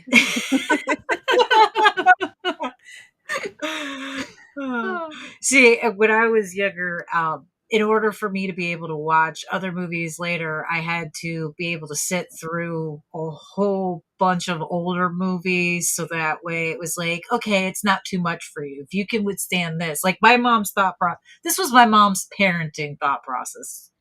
I love the woman. Can't go wrong. She's like, you know what? Your first horror movie, you want to watch it so bad, I'm going to let you watch Alien. Ooh. Because it seems like so far-fetched. I can just tell you that aliens don't exist. And like, we're not on spaceships floating through space. So like, it's completely not plausible. There's no way this can go wrong. I looked at my mother and I was like, did you happen to watch the movie at all before you were like, here, honey, watch a chest burster scene like that? Terrifying. I'm genuinely surprised that did not scar me. Because I was young when I watched that. Because when I had my own kid, and I'm like, you know, what should I let her watch? My mom's like, well, you know, Alien's not a bad choice. I was like, okay, you know what? We're done talking about your parenting, woman. Love you to death. I don't know how I managed to be a well-rounded human being. So it shaped you to grow up into somebody named DeathDealer. I spend my whole year plotting to terrorize people in a maze in the woods, dragging bodies out into the woods. Thanks, Mom. You're living the dream. You're living the dream. Oh gosh. So, the alien horrified me until the chest burster. See, the one you're thinking of, Fraza, is the oh gosh, I can't even. He said alien horrified me until the chest burster pops out and runs away like a Jim Henson puppet. That's what his comment was. I can't think of what movie that's from now. The Spaceballs. Oh Spaceballs. That's what it was. I was trying to think of what it was. And you know what I just found out is that they didn't tell the guy from Alien when he came to do his cameo. They did not tell him what they were going to do exactly. And he said after he shot his scene, all he thought was, I should have asked for more money.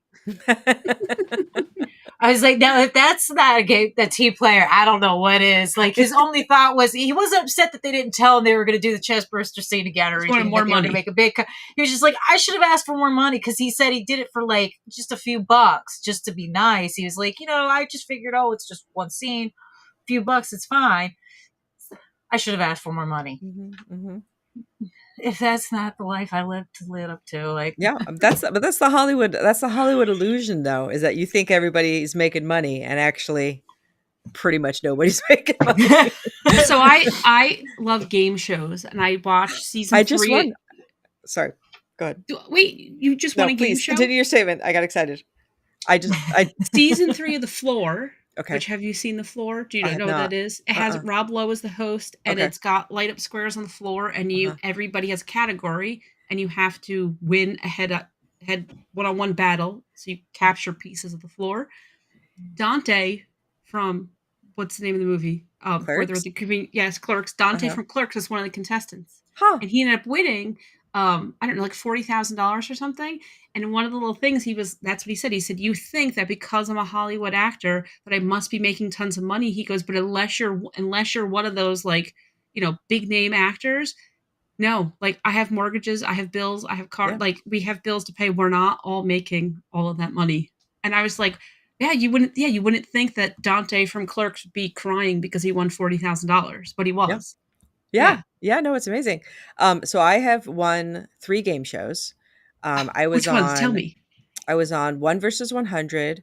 I was on Celebrity Says, and then I just was on Let's Make a Deal, and I just won a trip to Thailand on Let's Make a Deal.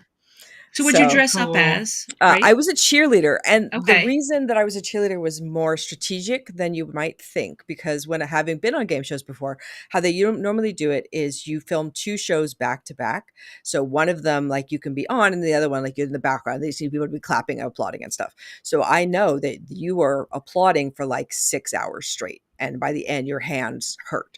So I was like, if I have a cheerleader, I can bring pom-poms, and then I can just wave my pom-poms. So that's what I did. And it was, and I was really, I was the first contestant they brought out the first day we shot, and won right away. And like, I just got to sit there for the rest of the taping and just be like, great. Now I'm So just have you wave my taken your palm. trip yet? Or It's is at the you end of this month of May. So I've always been like, what is a game show vacation like? Right? You see like this fabulous Yeah. prizes. So it's 6 nights and they pay for the airfare and the hotel. The hotel has breakfast, but then other than that, you're on your own to do whatever and like pay for whatever. But still, I mean, to take a trip to Thailand and all you have to do is buy yourself food and activities. Yeah, it's pretty spectacular. Yeah. So I That's went in that awesome. day. It was like, I would like to win money first, obviously, but if the next Yeah. step down is travel, I love to travel.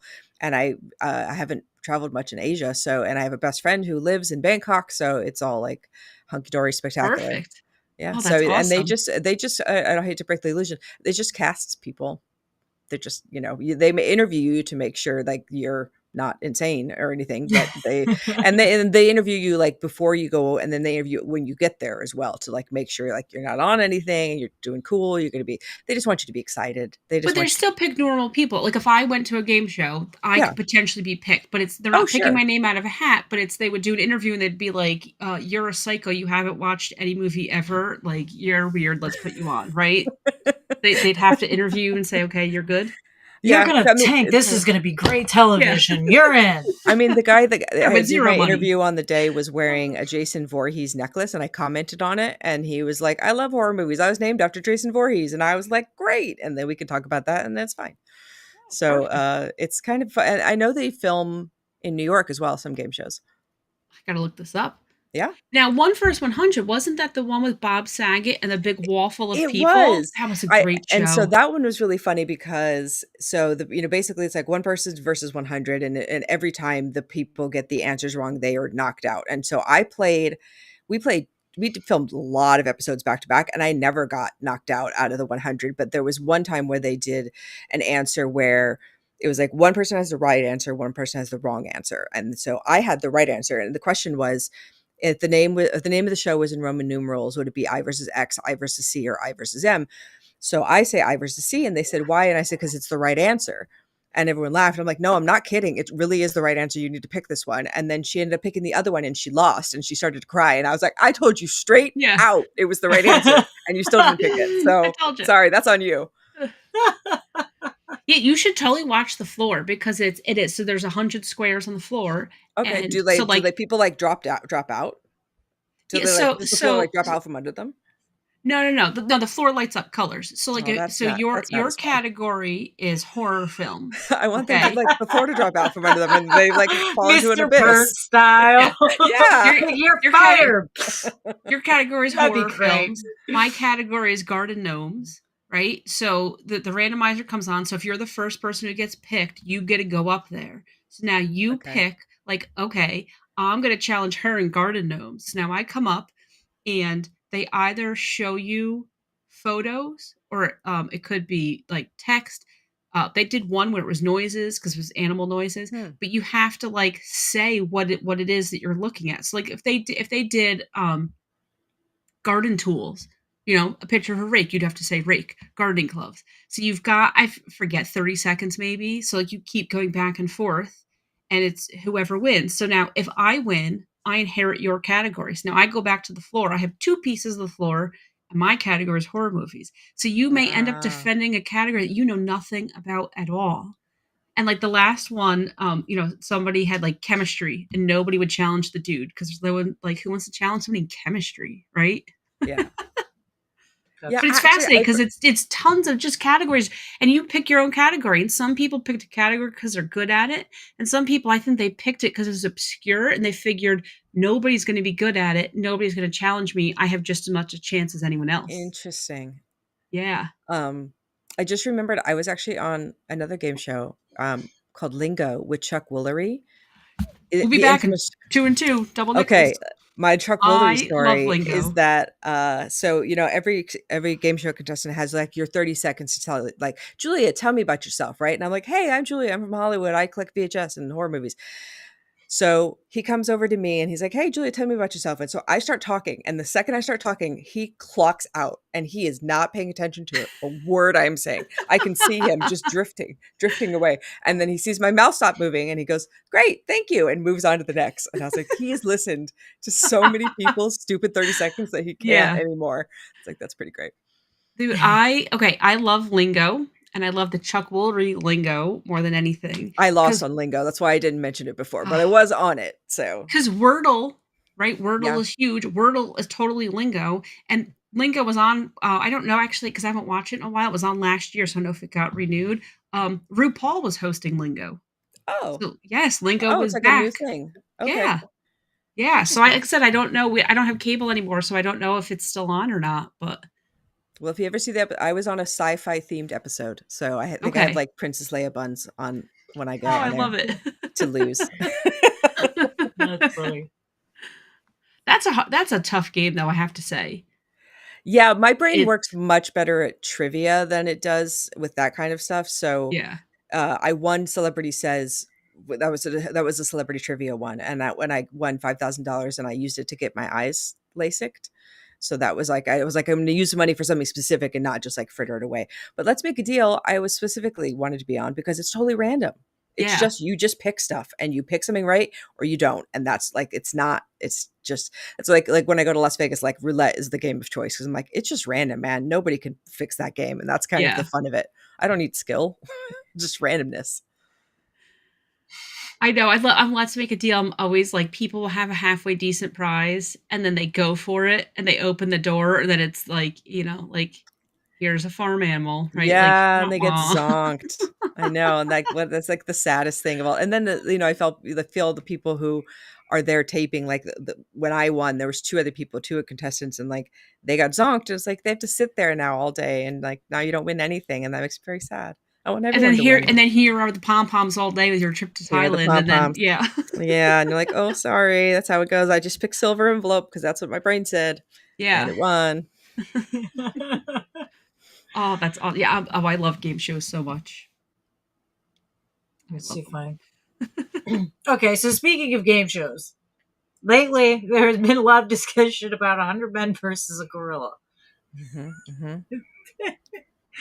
I personally feel like it's not fair to the gorilla because they're not that violent, right? I feel like if we're going to do or if they're going to do it, women are not involved in this. Every time I've heard this conversation, it is strictly for men only. It's never 100 women versus a girl. No, there's never women in the mix. There's not even like 25 or 50 women. They're like, nope, it's just 100 men, dudes.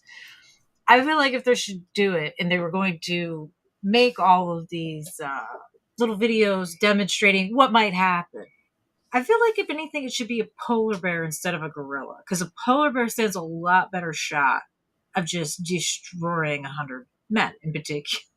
Yeah, because people don't think about how big polar bears are. They think they're like a grizzly bear, and you're like, no, man, they're like way bigger than that. What about something like a rhinoceros? Because I hear that they're really mean, or like a hippo. Yeah. Like, because if you like with, then there's just hippos kill 100. if they weigh like several tons, what do you do with that? And hippos are extremely fast. See, I'd get killed by a hippo in a heartbeat because they're adorable, so I wouldn't run away. Not that I could run away, because the hippo would outrun me. I hear they're fast as fuck. Yeah. Yeah, I think they're killing they're like machines. 35 or 45 miles an hour they run. So what if it's like a hippopotamus rhinoceros team up against the men? Oh, you're dead. Because after they're done fighting you, they're fighting each other. Yeah. Like those two animals in particular like to fight each other as well. Two animals enter, one animal leaves. Yeah. So they're like, you know what? We're just going to kill the squishy stuff first. Because let's be honest, the only reason humans are the top of the food chain is because we have weapons and opposable thumbs that we could use weapons with. If you take the weapons away, I don't care how big you think you are. I don't care if you're Shaq. Sorry, Shaq. You're not going to really do too well against, like a 5-ton animal. Wait, well, okay, Frank just put in the chat 100 men versus Moodang. Moodang. Oh, that's not fair. Pygmy hippo. Don't so bring even Moodang full into grown, this. Moodang is little. Moodang's not a killer, though. Moodang's not a fighter. She's just there living her best life, getting moisturized. But can I ask, if we did have a Thunderdome between a rhinoceros and a hippopotamus, which one would win? I believe in I believe in nature, the rhinoceros, because it's blind. Kind of, well, they're not blind, but they don't see well, like at all, which is why they have a tendency to just attack everything. Something's I moving. think the hippo stands a better. Yeah, I think the hippo stands a better shot because it actually has vision. It can see pretty well. And male hippos, male hippos grow tusks. The tusks are not for eating; they're for fighting. Because hippos in zoos, they like file down the tusks. Mm-hmm. I'm a huge hippo lover. I know more about hippos in the zoo, and you're teaching me. You're teaching me. I went to the zoo hippos. 2 years ago just to see little baby hippos. But although I feel like if they brought an elephant into the Thunderdome, it could be real interesting because even if anybody from the 100 people survive, we know elephants will track you down and stomp on your casket. Yeah. So I feel like that could be like a John Wick story with an animal just waiting to happen. So I feel like that would be a lot of fun and intriguing to watch play out. I would watch that. I would watch that movie. Elephant John Wick, who going for revenge, never gonna stop. It fits in today's climate, and in all honesty, would it really be that surprising to see on the news? I don't think it would. We've seen a lot of random like a couple of years ago, we had some monkeys just running around town for no reason. None whatsoever. Where is a monkey disappearing to? I'm not quite sure, but it hid quite frequently around here. It took them like 2 years to find the thing. So I feel like that's a good monkey. That's a good hiding spot. Wherever the monkey had the hiding spot. But like, elephant vigilante, elephant hitman, no one's going to finger the elephant. They're not going to be like, it was the elephant, right? So elephant's like, oh, I'm scot-free. Exactly. I feel like that could be I feel like that should be a movie. All right, I'd watch it. Great movie. I don't know if I'd make it, but I'd watch it. Oh god. We need to come up with like our animal dream team, so how we can best defeat. Like, we'll even add up so there's more than 100 men, right? We'll get 100 men per animal. We could totally come up with a dream team here. I need the like marsupial dream team because I love that Australia has all the weird animals in one spot, like kangaroos punching you, wombats, capybaras, you name it. You know what? I feel like capybaras don't fight with anybody. Everybody just loves them, right? They're good to squeeze. Yeah, they're real mellow. Yeah.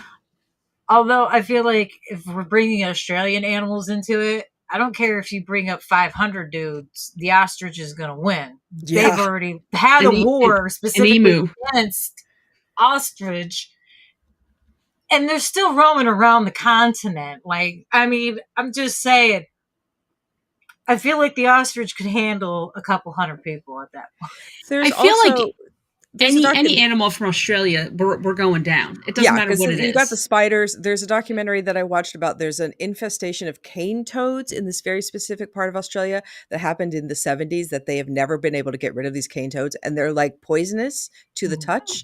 So it's like, even that, man, it's just toads. Like, you feel like they're innocuous, but Australia's going to get you. Every animal in Australia, they're cute and they're going to kill you. So they lure you in. Wombats are just cute. True. They got nothing. Yes. They just want to hug you. I'm good with wombats. There's this. Oh, I love this video where they gotta like give the wombats, like they're trying to give him medicine in the little dropper, and he's just trying to eat it with his giant teeth. And I love it. And the guy's just holding on to him. And I think it's funny when they see him riding around on alligators. That always cracks me up because it's like you don't see there are very few things alligators have zero care for, and they'll just tolerate them being around. Yeah. Capybaras and manatees are two animals that I can honestly say just hang out, and the alligator will move out of the way for them. Yeah. They're too chill. Too chill to bother with. Right? Isn't capybaras, right? Don't they have no natural enemies? Aren't they just the chill animal and everybody gets along with them? Mm-hmm. From what I understand, once they get bigger, there's not really much that'll try to eat them. It's when they're smaller because they're I guess chewable size at that point or something. Maybe small enough for them to eat. Because I've seen there was a video that went around where a pelican was trying to eat one, And it was like you're watching this bird going, wow, yeah, I can see why everyone thinks these birds are so dumb. This thing's like twice the size of the pelican, and the pelican's trying to pick it up. It's like, dude, that's not gonna happen. That's He and was the hopeful. the capybara is not even caring. It's just looking around like, yeah, whatever. Whenever you're done, boo. Whenever you're done, I'm trying to hang. I'll wait for you. It's cool. I got time. Pelicans are not smart, but pelicans, though, truthfully, will try to eat anything that's not nailed down. Mm-hmm. They're not I bright. wonder And how they're- much weight a pelican could pick up. I don't know. But did you like that pelicans are kind of just looks like pterodactyls? I like that. When they fly, especially, you're like, it's a Yeah. pterodactyl. Pterodactyl, which is a giant thing hanging down. The slow cousin from the redneck side, from the woods we don't talk about very often. Can only imagine what a pterodactyl would think if it saw a pelican today. It'd be like, seriously? You try to Appalled. eat everything. Just you don't even you're like a garbage disposal. You don't even care. Pterodactyls were Goats. carnivorous, right? Mhm. They're like eating small dinosaurs and stuff, right? Yeah. Okay. Yeah. Supposedly. Who knows in the next 5 years they'd be like, Who knows? we're vegetarians. There's been so many changes to dinosaurs in my lifetime. Who knows? They got feathers, they got fur. We don't know. We just got bones. It could sound like this. It could sound like that. Oh, hey, guess what, guys? That sound you thought dinosaurs might make, guess what? That's not even close to what they actually sound like. I want to know who came up with all the dinosaur noises. Like, who was the guy who was like, Velociraptor, here's what we're going with. Chicken. Because you don't know what they sound like. And I'm sure there is a way that you can find a voice box that you could, like, Yeah, they had to have found something like that, right? Some sort of estimate, but still, like, every person sounds differently, right? You'd only have, like, it's in this family of noises. You have to totally just make up a noise. And I then would you love look it at if like it's your there's certain job. animals that don't sound like what they look like at all. So it could be one of those kind of scenarios. But I feel like Steven Spielberg did a good job with like Jurassic Park. And like, that's a T-Rex to sound to me. I Yeah. buy that's a T-Rex noise. I know it's not, but in my I head, feel sure. like it sounds better than what they estimate some of those things sound like. Like, everyone always goes back to, in the Jurassic Park movies, velociraptors aren't that big. They're really small, like chicken size. And I'm like, who cares? Do you think I'm going to go see a movie about a guy bringing dinosaurs back to life on an island with insurance?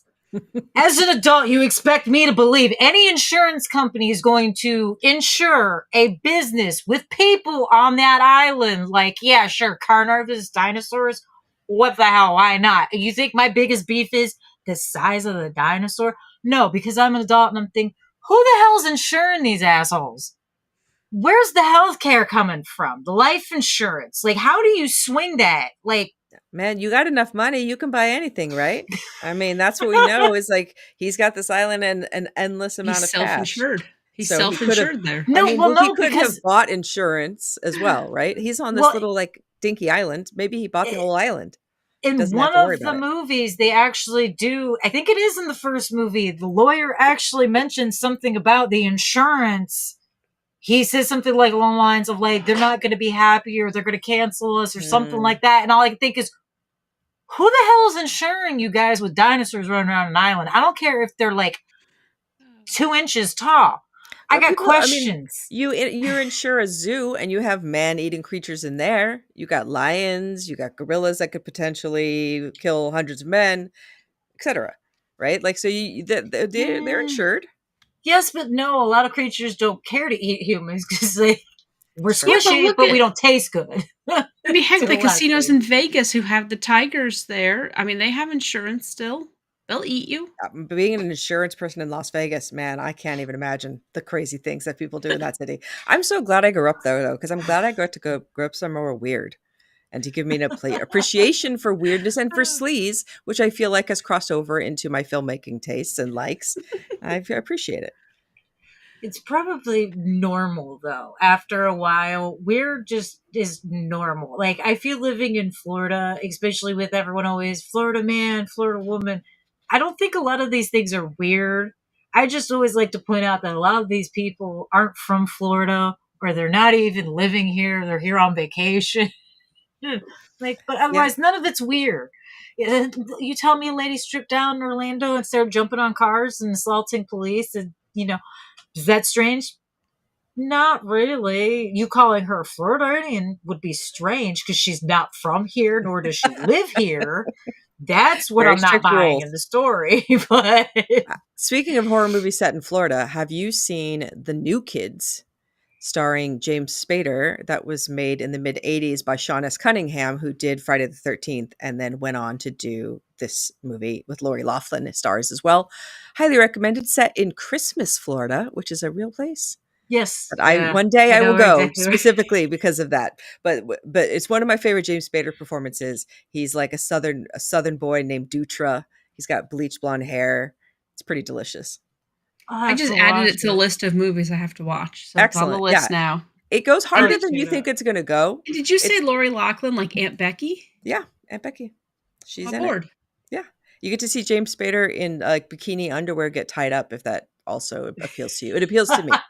I can't I'm picture just who mentioning. James Spader is. I'm going to Google him because I'm going to Okay. see him and I'm going to know exactly who he is. I just can't. I'm just to see where you know him from, I what you feel think like of. Christmas Florida being anything, and like anything being mentioned about Christmas Florida, I'm gonna have to check it out just for that particular Mhm. reason alone, because that is such a random town here.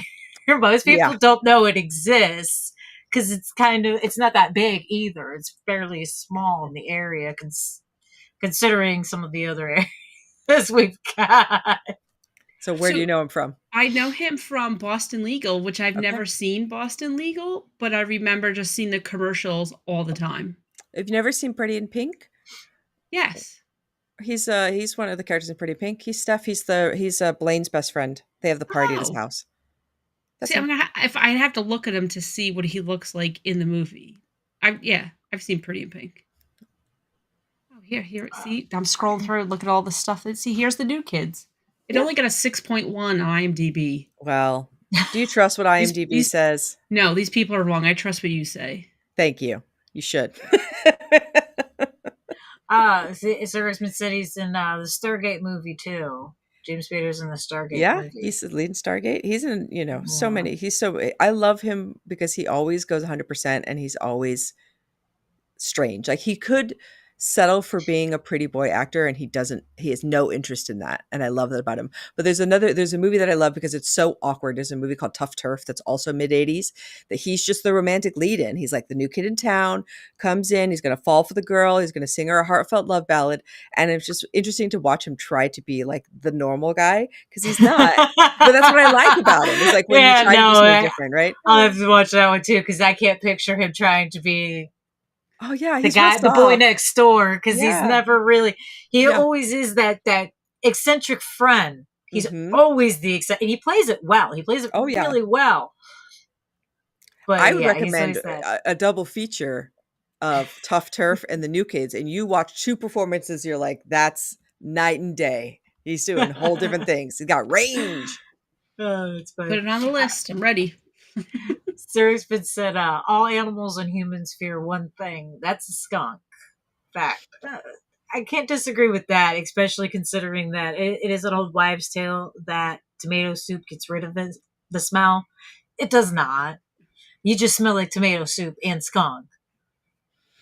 I had an ex-boyfriend who got sprayed in the face once. Oh, That was that sucks. a bad weekend for him.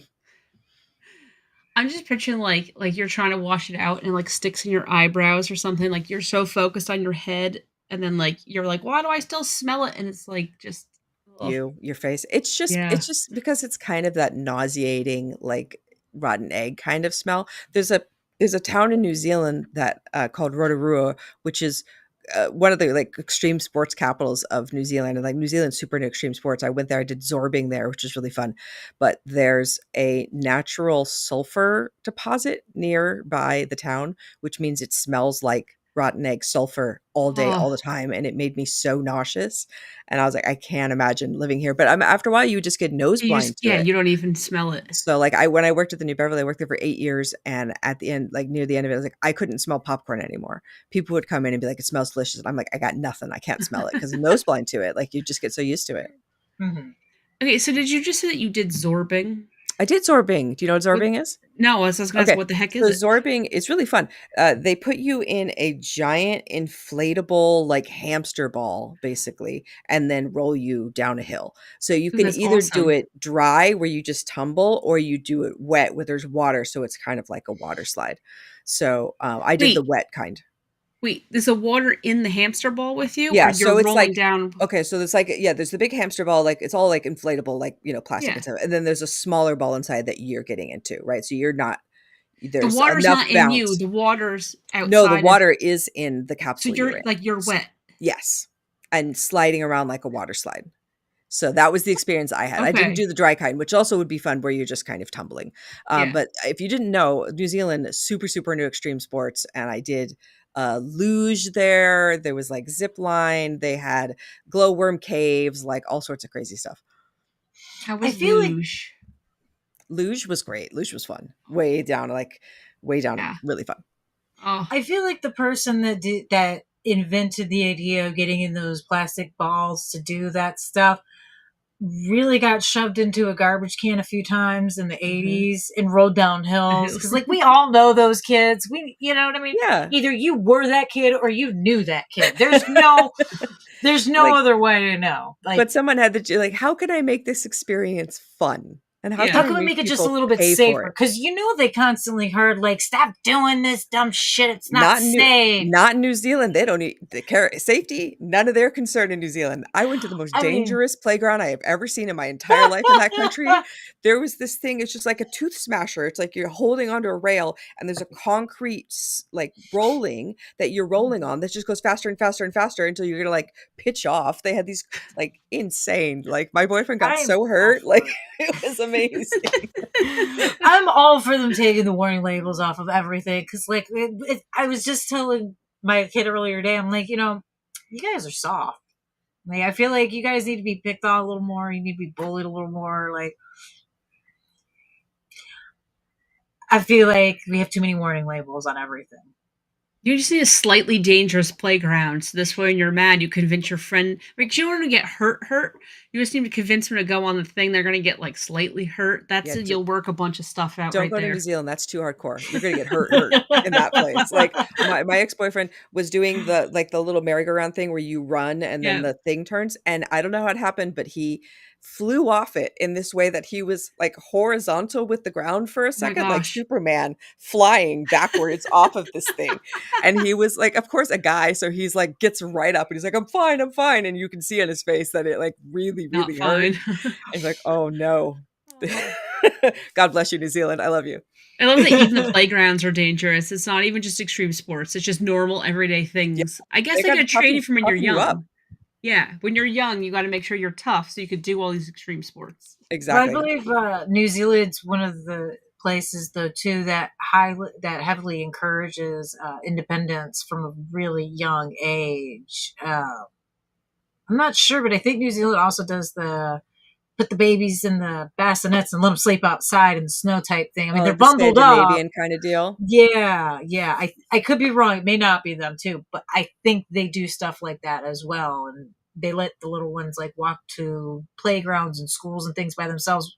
Basically, what a lot of people used to do, but apparently now you could get arrested for doing Well, or But New allowing Zealand but New now. Zealand's also a very safe place, right? This is a Yeah, different thing, like, we talk about, like, kids in Japan that are very young that are walking to school and yeah. stuff, but those are very low crime countries.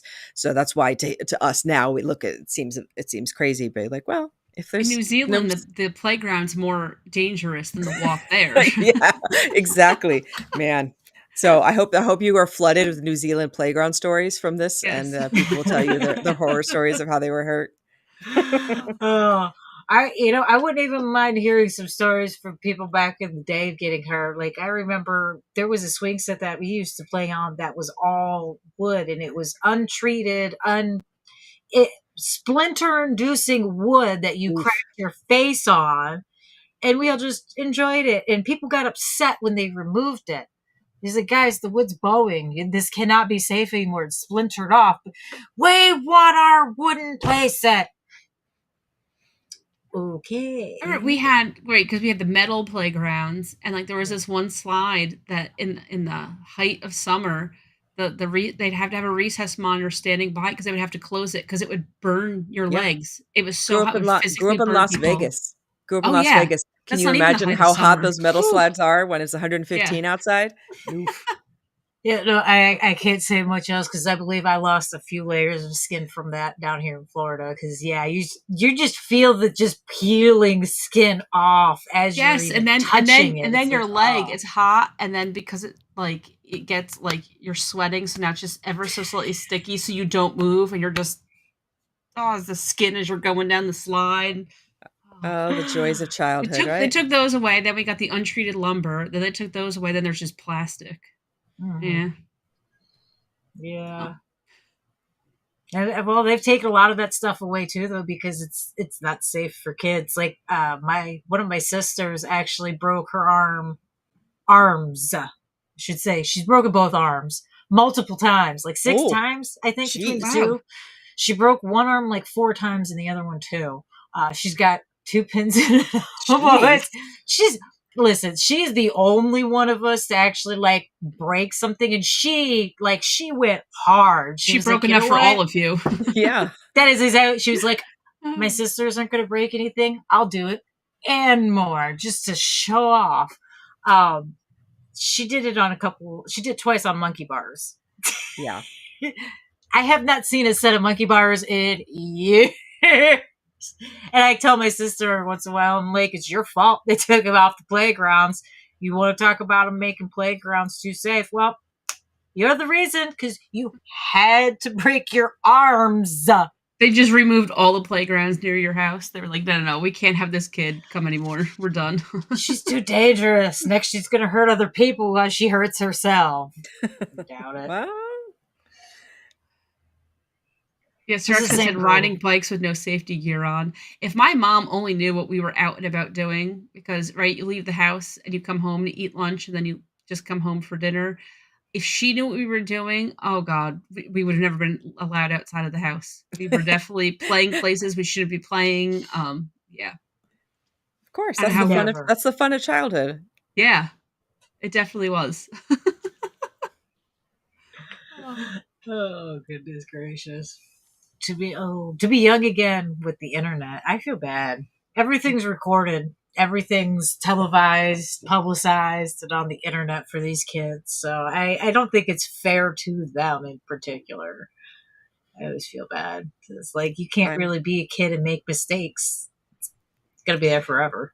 Yeah, I'm really glad that I grew up when I grew up. I feel like I got just in at the exact right time, and it was nice to have a whole childhood where I didn't deal with, because I can't, like, junior high is like hell anyway, but I can't imagine junior high with phones, everybody texting about everything. Like, I can't with that. That would be hellish. That's the beauty is when we were kids, like you went home from school, you went home. You didn't have to deal with it. Now, like you can't get away from it. People could just, hassle you 24/7. I feel like they're also missing some serious character building skills too. Like we had to call people's houses, their landlines, and talk to the parents or their siblings, and it always got weird quick. It was never inappropriate, but it was just weird and awkward because you were asking for somebody and the other person's like, yeah, hold on. They're all pissed off. They had to, get up and answer the phone that wasn't for them.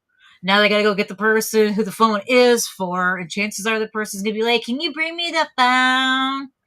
It's a whole thing. Well, and you got to just sit there and listen to all the weirdness. Yeah. And somebody even, usually siblings, like, your stupid friend's on the phone. Like, screw you too. Yep. So Raxman wants to know what our favorite toy was as a 5-year-old. I'll go first, so you could think of it, because I already know. For my 5th birthday, I got a bicycle. It was pink and white, and I didn't notice that my dad and my brother left the birthday party. I didn't, you know, it was at home. I had no clue that they even left. They went to my grandma's house. That's where they were hiding the bike. And they came back. So I had a bike with training wheels. The only time in my life that I was allowed to ride the bike inside the house because they brought it in, and I rode like a little lap around the living room, and it was amazing. Like I said, one and only time I rode the bike inside the house. It's a good 5th birthday. That's a good birthday. Yeah. I had a slew of My Little Ponies that were my jam when I was 5. Those were I was a My Little Pony girl over a Barbie girl, so I was having different kind of fun. My 5th birthday I had My Little Pony hat, like the photos of me have a little My Little Pony birthday hat. Do you remember Yeah. who your favorite pony was? What she looked like? Applejack was my favorite. Okay. It's got yellow I don't hair, remember all the orange okay. with apples on its butt.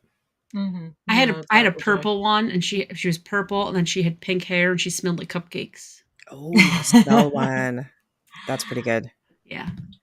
Actually, about 5 years old. Yeah, mine was My Little Pony too. I actually thought I was so cool because I figured out the secret trick to carrying around like 50 of them at a time. And to a small child, carrying too many toys is just the best thing ever. But I discovered real quick that if you grabbed all their tails, like straightened them out all nice and pretty, you know, combed them all out, and then just draped them in your hand, you could hold like 35 of those bad boys in your tiny little hand. And then if you did it with the other hand, you had way too many of those suckers you could roll around with. And that was like my favorite thing ever. My mom thought it was just the funniest thing because they just stroll around with just handfuls of them. Then when I got into Barbie, I did the same thing with Barbie's hair. Just straighten out Barbie's hair and grab a ton of them by the head and just carry them around like they're voodoo dolls or something. Yeah. I went to a slumber party in elementary school where I brought a garbage bag full of My Little Ponies over to play with, and I forgot them at her house, and her dad threw them away. No. But my parents were like, we think she just took them. We think that she told you that her dad threw them away, and she now owns those, and they was never cleared up, so they were gone forever. But where did they go? Did you stay her friend? Did you not stay her friend? We were friends, and then I moved after, like midway through junior high. So I don't know what happened to those My Little Ponies. Maybe my parents were bad mouthing her with no reason. She's going to be on her deathbed, and she's going to tell her kids, she's like, I have a confession. Back when I was a little kid, I stole the My Little Ponies from Julia. Yeah, I hope that eats her up inside, you know? That was heartbreaking as a kid. I can understand the heartbreak of losing your toys because I lost a ton of my toys on a move as well. And funny enough, I still get toys from my mom for Christmas and things. And the year that I was pregnant, my mom got me for Christmas a giant case of My Little Ponies. There was a whole collector's edition of My Little Ponies. I don't know why they did it that year for whatever reason, but they did. They released like this giant box of like 15 of them in one box. And when I opened it, Dreadpool, my husband, and some family were all sitting around, and they're like, "Oh, that's so nice. Your mom bought, the future baby toys, but we don't know what you're having yet." Da da da da. And I went, "No, no. No. These are for me. These are mine. My mom still buys me toys because throughout my entire life, I have 5 brothers and sisters." And even though I was old enough to not necessarily get toys, I had siblings that still played with toys. So it was like, well, you need to have toys to play with them too. So I've gotten toys every year. To this day, I still get toys. That's so from my mother. I have My Little Ponies in my room, as a matter of fact, that I've had to tell my daughter not to touch because they're mine. You can't play with those ones. Those are mine. Well, that's exactly what I told her. I'm like, you have your own, why are you trying to touch mine? You have your own. Because you told me not to touch them. That's why. I have an original Polly Pocket from way, way long ago. And yeah, I have to argue with her for a little while about that one too. I'm like, you can play with it, but you need to not lose any of the little pieces for it. Mhm. You need to make sure you don't break anything. And you need to put it back on my shelf when you're done playing. That's my toy. Sparks wants to know an add-on is what was our favorite toy when we were young. See, I can't pick a favorite one. There were just so many great childhood toys. And even now when I see like people post on the internet, like I just saw someone post, I don't know what it's called. It's this little red, it's like the shape of a triangle and it's on the ground with wheels with like handlebars because you sit on it and you put your feet in the handlebars. And you move to go. And I saw that. My cousins had it and they lived on a hill. That was like the greatest thing in the world. How we didn't, burn our knuckles off or get rid of bright cars, I don't know, but it was amazing. Like every time I see people post toys from childhood, like I just love all of them. They were all so great. Mhm. I can't argue with that. I mean, I'm not even going to lie, though. I think one of the benefits of having children in your life is to be able to tell them, like, I'm testing out the toys for this kid. Before I even had a kid, I went shopping with a friend of mine for his grandkids. We went Christmas shopping for his grandkids. And I got to drive because they didn't have, I mean, they had Power Wheels and things like that when I was a kid, of course. But we didn't have the decked out police cruiser, thing with the lights and the sirens and the horn and all that. So hell yeah, I put it together. And we were like, you know what? We got to make sure it's put together right. Yeah. We got to make sure it works. We got to make sure it holds the weight it's supposed to hold. And I just happened to be under the weight limit of this thing. So it was like, you know what? I feel like I should drive it around for a little bit, make sure it works. And there are pictures of me in this thing riding around with the lights and sirens and everything. I was testing it out for the grandkids, man. Doing a service. Sure it's for the kids. Purely for the kids. always about the kid. Like I still do it. I play with my nephew's toys before I give it to him because I'm like, if this isn't fun for me, I guarantee you that little kid's not going to enjoy it. Mm-hmm. Those kids are mean, man. They have high standards. So if it cannot entertain an adult, it is not entertaining a child. It's like walk down the toy aisle. What looks like fun? What would I want? What do I want? That's the toy I'm buying. That's the one right there. Whatever I want to play with. That's why my nephew will get a drum set someday. It's only fair. My brother bought a Crayola crafting kit for my kid when she was like 4. That thing had glitter in it. There is no reason a child should be given glitter. I like glitter, and that's inappropriate. Drum set is payback for glitter. Yep. Yeah. That's fair play. Yeah. It's either that or give him a ton of glitter, and I might still do that too. I mean, who knows what those kids are going to enjoy when they get a little older. I'm just going to put a little glitter on the drums, so as he hits the drums, the glitter pops up. That's not a bad idea. I like the way you think. I might have you start running some ideas by me for things to do. I'm going to need you to think of 5 irritating things this week. Get back to me on Friday, please. Yeah, he did buy my daughter a drum set too for her 3rd birthday, I think it was. To be fair, that was a small drum set that didn't last long. Somehow I accidentally got a hole right in the middle of the drum. Oh, damn. What a shame. It's like some of the toys your kid gets. It's like everyone always was, it's such an annoying toy. But have you checked the batteries? I mean, batteries die often. Sometimes you can tell a kid, like, I don't know how to get the batteries out, sweetheart. It doesn't work. Or my favorite yet, I changed the batteries 4 times. I tried 4 different kinds of batteries. You want to know what's not working? The batteries. I don't know, man. It's a tough luck. You can either play with it silent or I can get rid of it. Ooh. Mom knows what's up.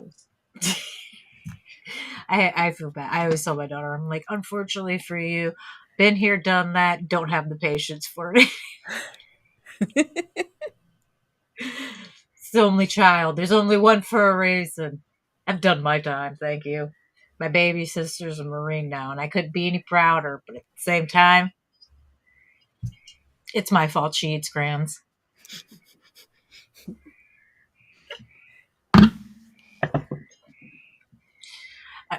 See, serious man, why you gotta bring up kids eating Play-Doh? I'm pretty sure a lot of those kids are still eating Play-Doh today. It's kind of salty. I remember the taste. It used to smell good. I don't know if it still does anymore or not. I don't know. They had to have made like an edible version by now, right? That kids are okay. It's always been edible. It's always been edible. I don't think it's edible. I think it's non-toxic. Right? I don't Okay. think they want you to eat it. I think it won't kill you if you eat it. No, I'm pretty sure it's edible. I mean, you know what? I'm gonna Google it because I'm pretty sure it's edible. I know that there's a recipe for edible Play-Doh already, but that never made any sense to me because people eat Play-Doh all the time. I mean, and nobody's died from it, and it does say non-toxic all over it. But people also ate like glue and paste and stuff in school, and that's not. I wonder if meant to glues be. and I does know plenty Elmer's of people glue who matter? I know plenty of people who've eaten Elmer's glue and then not died. So I think that it's okay. But you probably shouldn't squeeze it in your mouth. I can't imagine. That's what I'm saying. I can't imagine that they want you to eat Play-Doh. Like I said, it's not going to kill you if you eat it, right? Because that would be a problem because they know they're marketing to kids who are going to be eating it. And do they make it scented? Yeah. So like it smells they've like. got a couple of different kinds. Okay, here we go. It is not generally meant to be eaten and is not designed for consumption. But it's non-toxic in small amounts, but it's not a food and can cause upset stomachs if eaten in larger quantities. Hold on. I want to see why it's not edible. Oh, it's not food graded. It's made with water, salt, and flour, but there's other additives It's probably and gross preservatives. too. Like I've never eaten Play-Doh, but I can't imagine it tastes good. Nope. That's why I ate a small bit and I was like, oh, it's salty, gross, and then never again. Yeah. I mean, I don't know. There's a few different versions of Play-Doh out now, though, that are absolute crap. Like, they came out with this one that's meant for, like, frosting designs. Oh, For, like like, you can like pipe it. Yeah, it's meant for, like, they have, because you know how they always have, like, little kits that are designed towards foods and things. Well, they Right. have one that it's, like, an ice cream making kit thing. And the Play-Doh is real smooth and soft, but it's crap Play-Doh. Oh, hi. So I wonder if because I just went away for a second and she just went away. There's something that happens and we can't figure it out at a certain time limit. Like the screen just refreshes itself. It kicks you off. So if you happen to get kicked off next, you just have to refresh the page. Sometimes it happens, sometimes it doesn't. It happens at a different time every time. We can't figure it out. Huh. Yeah, this has been going on for months and we cannot figure out what it is. Send it out to your valuable watchers, viewers. Yeah. Someone can figure it out. Yeah. The first time it happened, we thought like we weren't live, but we were still live. They just couldn't see us. So then it came back and then they could hear us, but they couldn't see us. And yeah. Now we know exactly what to do. Now it's quick to come back. Haha. I was just saying, like, I'm glad I didn't get up with no pants on. Nope. There. Yep. See, there she went. You called it. Yeah. We always joke, we're like, okay, that means that the show's over. This is like the universe's way of telling us, like, we've had enough of you. We're done. Right? It's like that little cane that brings you off the screen. Oh, it's too funny. So, okay, why are we talking about bagels? oh, because Frank said you guys don't spread Play-Doh on toast, so I said only on bagels. Oh, Oh, that's nice. Oh. Thank you. Yes, it's been a blast having you. You are so much fun. I hope that you had Yeah. fun with us. It was a Yeah. blast. This is great. What a nice, easygoing, fun conversation. Just flowing as it will. Yes, thank Exactly. you. That's what we do. Is instead of just locking into one thing, we just every time it's something different. Whatever's going on in life, whatever fun things we have to talk about, and we just go where it takes us and have fun with it. We've talked about some crazy things. It makes it interesting. So James Spader in bikini underwear being tied up. I mean, these things were mentioned. I know. See, how many other interviews do you do that's what you get to talk about? I talk about that one quite a lot, but You not just work it in. You would make sure like I have to work this in no matter what you. No matter It's in what my you get asked, writer that's your that we have to answer. talk about that for every interview. James Spader in bikini underwear being tied up. Yeah, that's how I roll. They're like, where do you live? Okay, well, who cares where I live? But let me tell you about this movie that I saw. It has James Spader. Exactly. Takes place in Christmas, Florida. Yeah. It's called The New Kids. I cannot wait to watch this later. I'm gonna die laughing because please tell me what you think about it, because it's quite a film. I can't wait to watch the scenery and like, oh, I've been there. I know where that is. That doesn't happen very often, so it's always intriguing.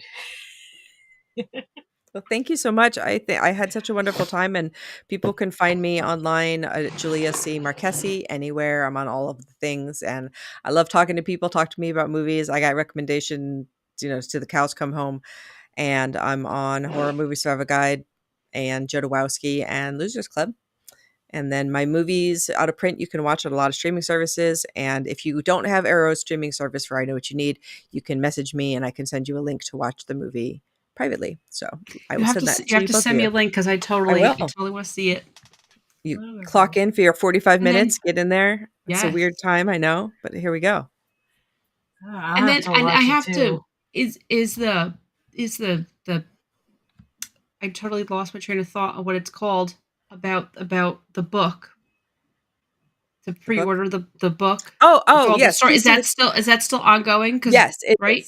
So it's going through mid-June. So this is Dollar Baby filmmakers that I met at the Stephen King convention in October have now gotten together, and everybody's going to make new art going forward. So there is a short story collection called Keys to the Kingdom that you can pre-order right now. And the idea is it's through Inkshares. And if we get 750 pre-orders, then the book will be published. So it's 19 Dollar Baby filmmakers all writing short stories. And my short story is called The Lime Acid Lovers, and it is set in 1986 at the King of Prussia Mall, and it will involve some psychedelics and some naughtiness, Nice. So I'm very excited. That's awesome. It's my first short story that'll be published, so I'm excited to have it be a part of this and to have it be. The idea is kind of, Stephen King inspired us, and we made art from his work, and now we're going to make work that maybe will inspire others. That's really cool. Congratulations. So if you go to Inkshares, you can find it. You can pre-order it. It's $10 for the Kindle version, $20 for the print version. So it's, for a book that's cheap. I pre-ordered it a couple weeks ago, so I'm on the list. Thanks. Yeah, that's awesome. I'm ready. Yeah, my story is pretty cuckoo bananas. So we're gonna see how it goes over. It's gonna be great. You have to order one now too. Check that out because that sounds really. I really like anthology stories too, though. Anyway, I like short stories because it's like if you don't like the story, it's like, okay, that's fine. Just wait a few pages. You get to another one. Yeah. And it's just going to be a completely different, inside somebody's head, right? This is what looks like. And I think, with books, it's even further than movies because like movies, you still have limitations. With books, you can really go inside someone's head as deep as you want to. And you look at someone like Tolkien and you're like, okay, well, you have this fantasy part of your brain, but you also have this linguistic part where you're like, I need to make up these languages. I'm like, this is interesting. Same guy, different things. The name of the book is called Keys to the Kingdom. Yep. And if you go, it's on Inkshares. If you go on Inkshares, then you can find it there, and that's how you can pre-order it. Yay.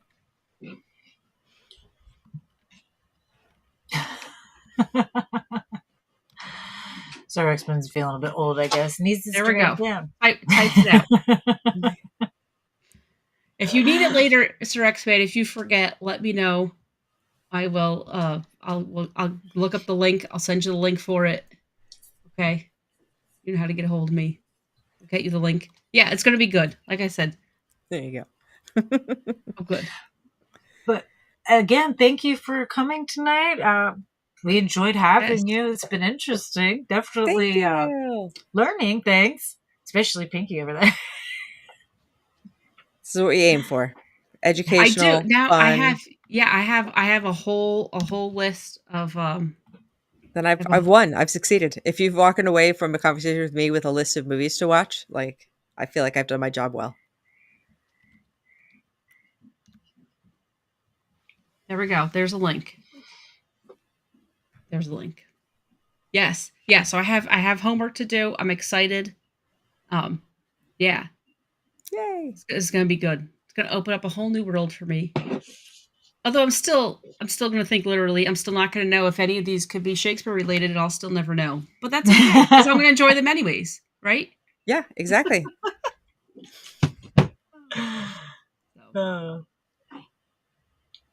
Well, with that being said, we will let you get going because we've had you for almost 2.5 hours now at this point. I've been having So fun. we appreciate it. We appreciate having you on, and anytime you're welcome to come back and discuss just about anything, really. Awesome. It's a deal. Let's do it. Yeah. With that being said, I'm DeathDealer, And I'm PinkPiggles. and we will see you guys next week. Bye. Bye, everyone.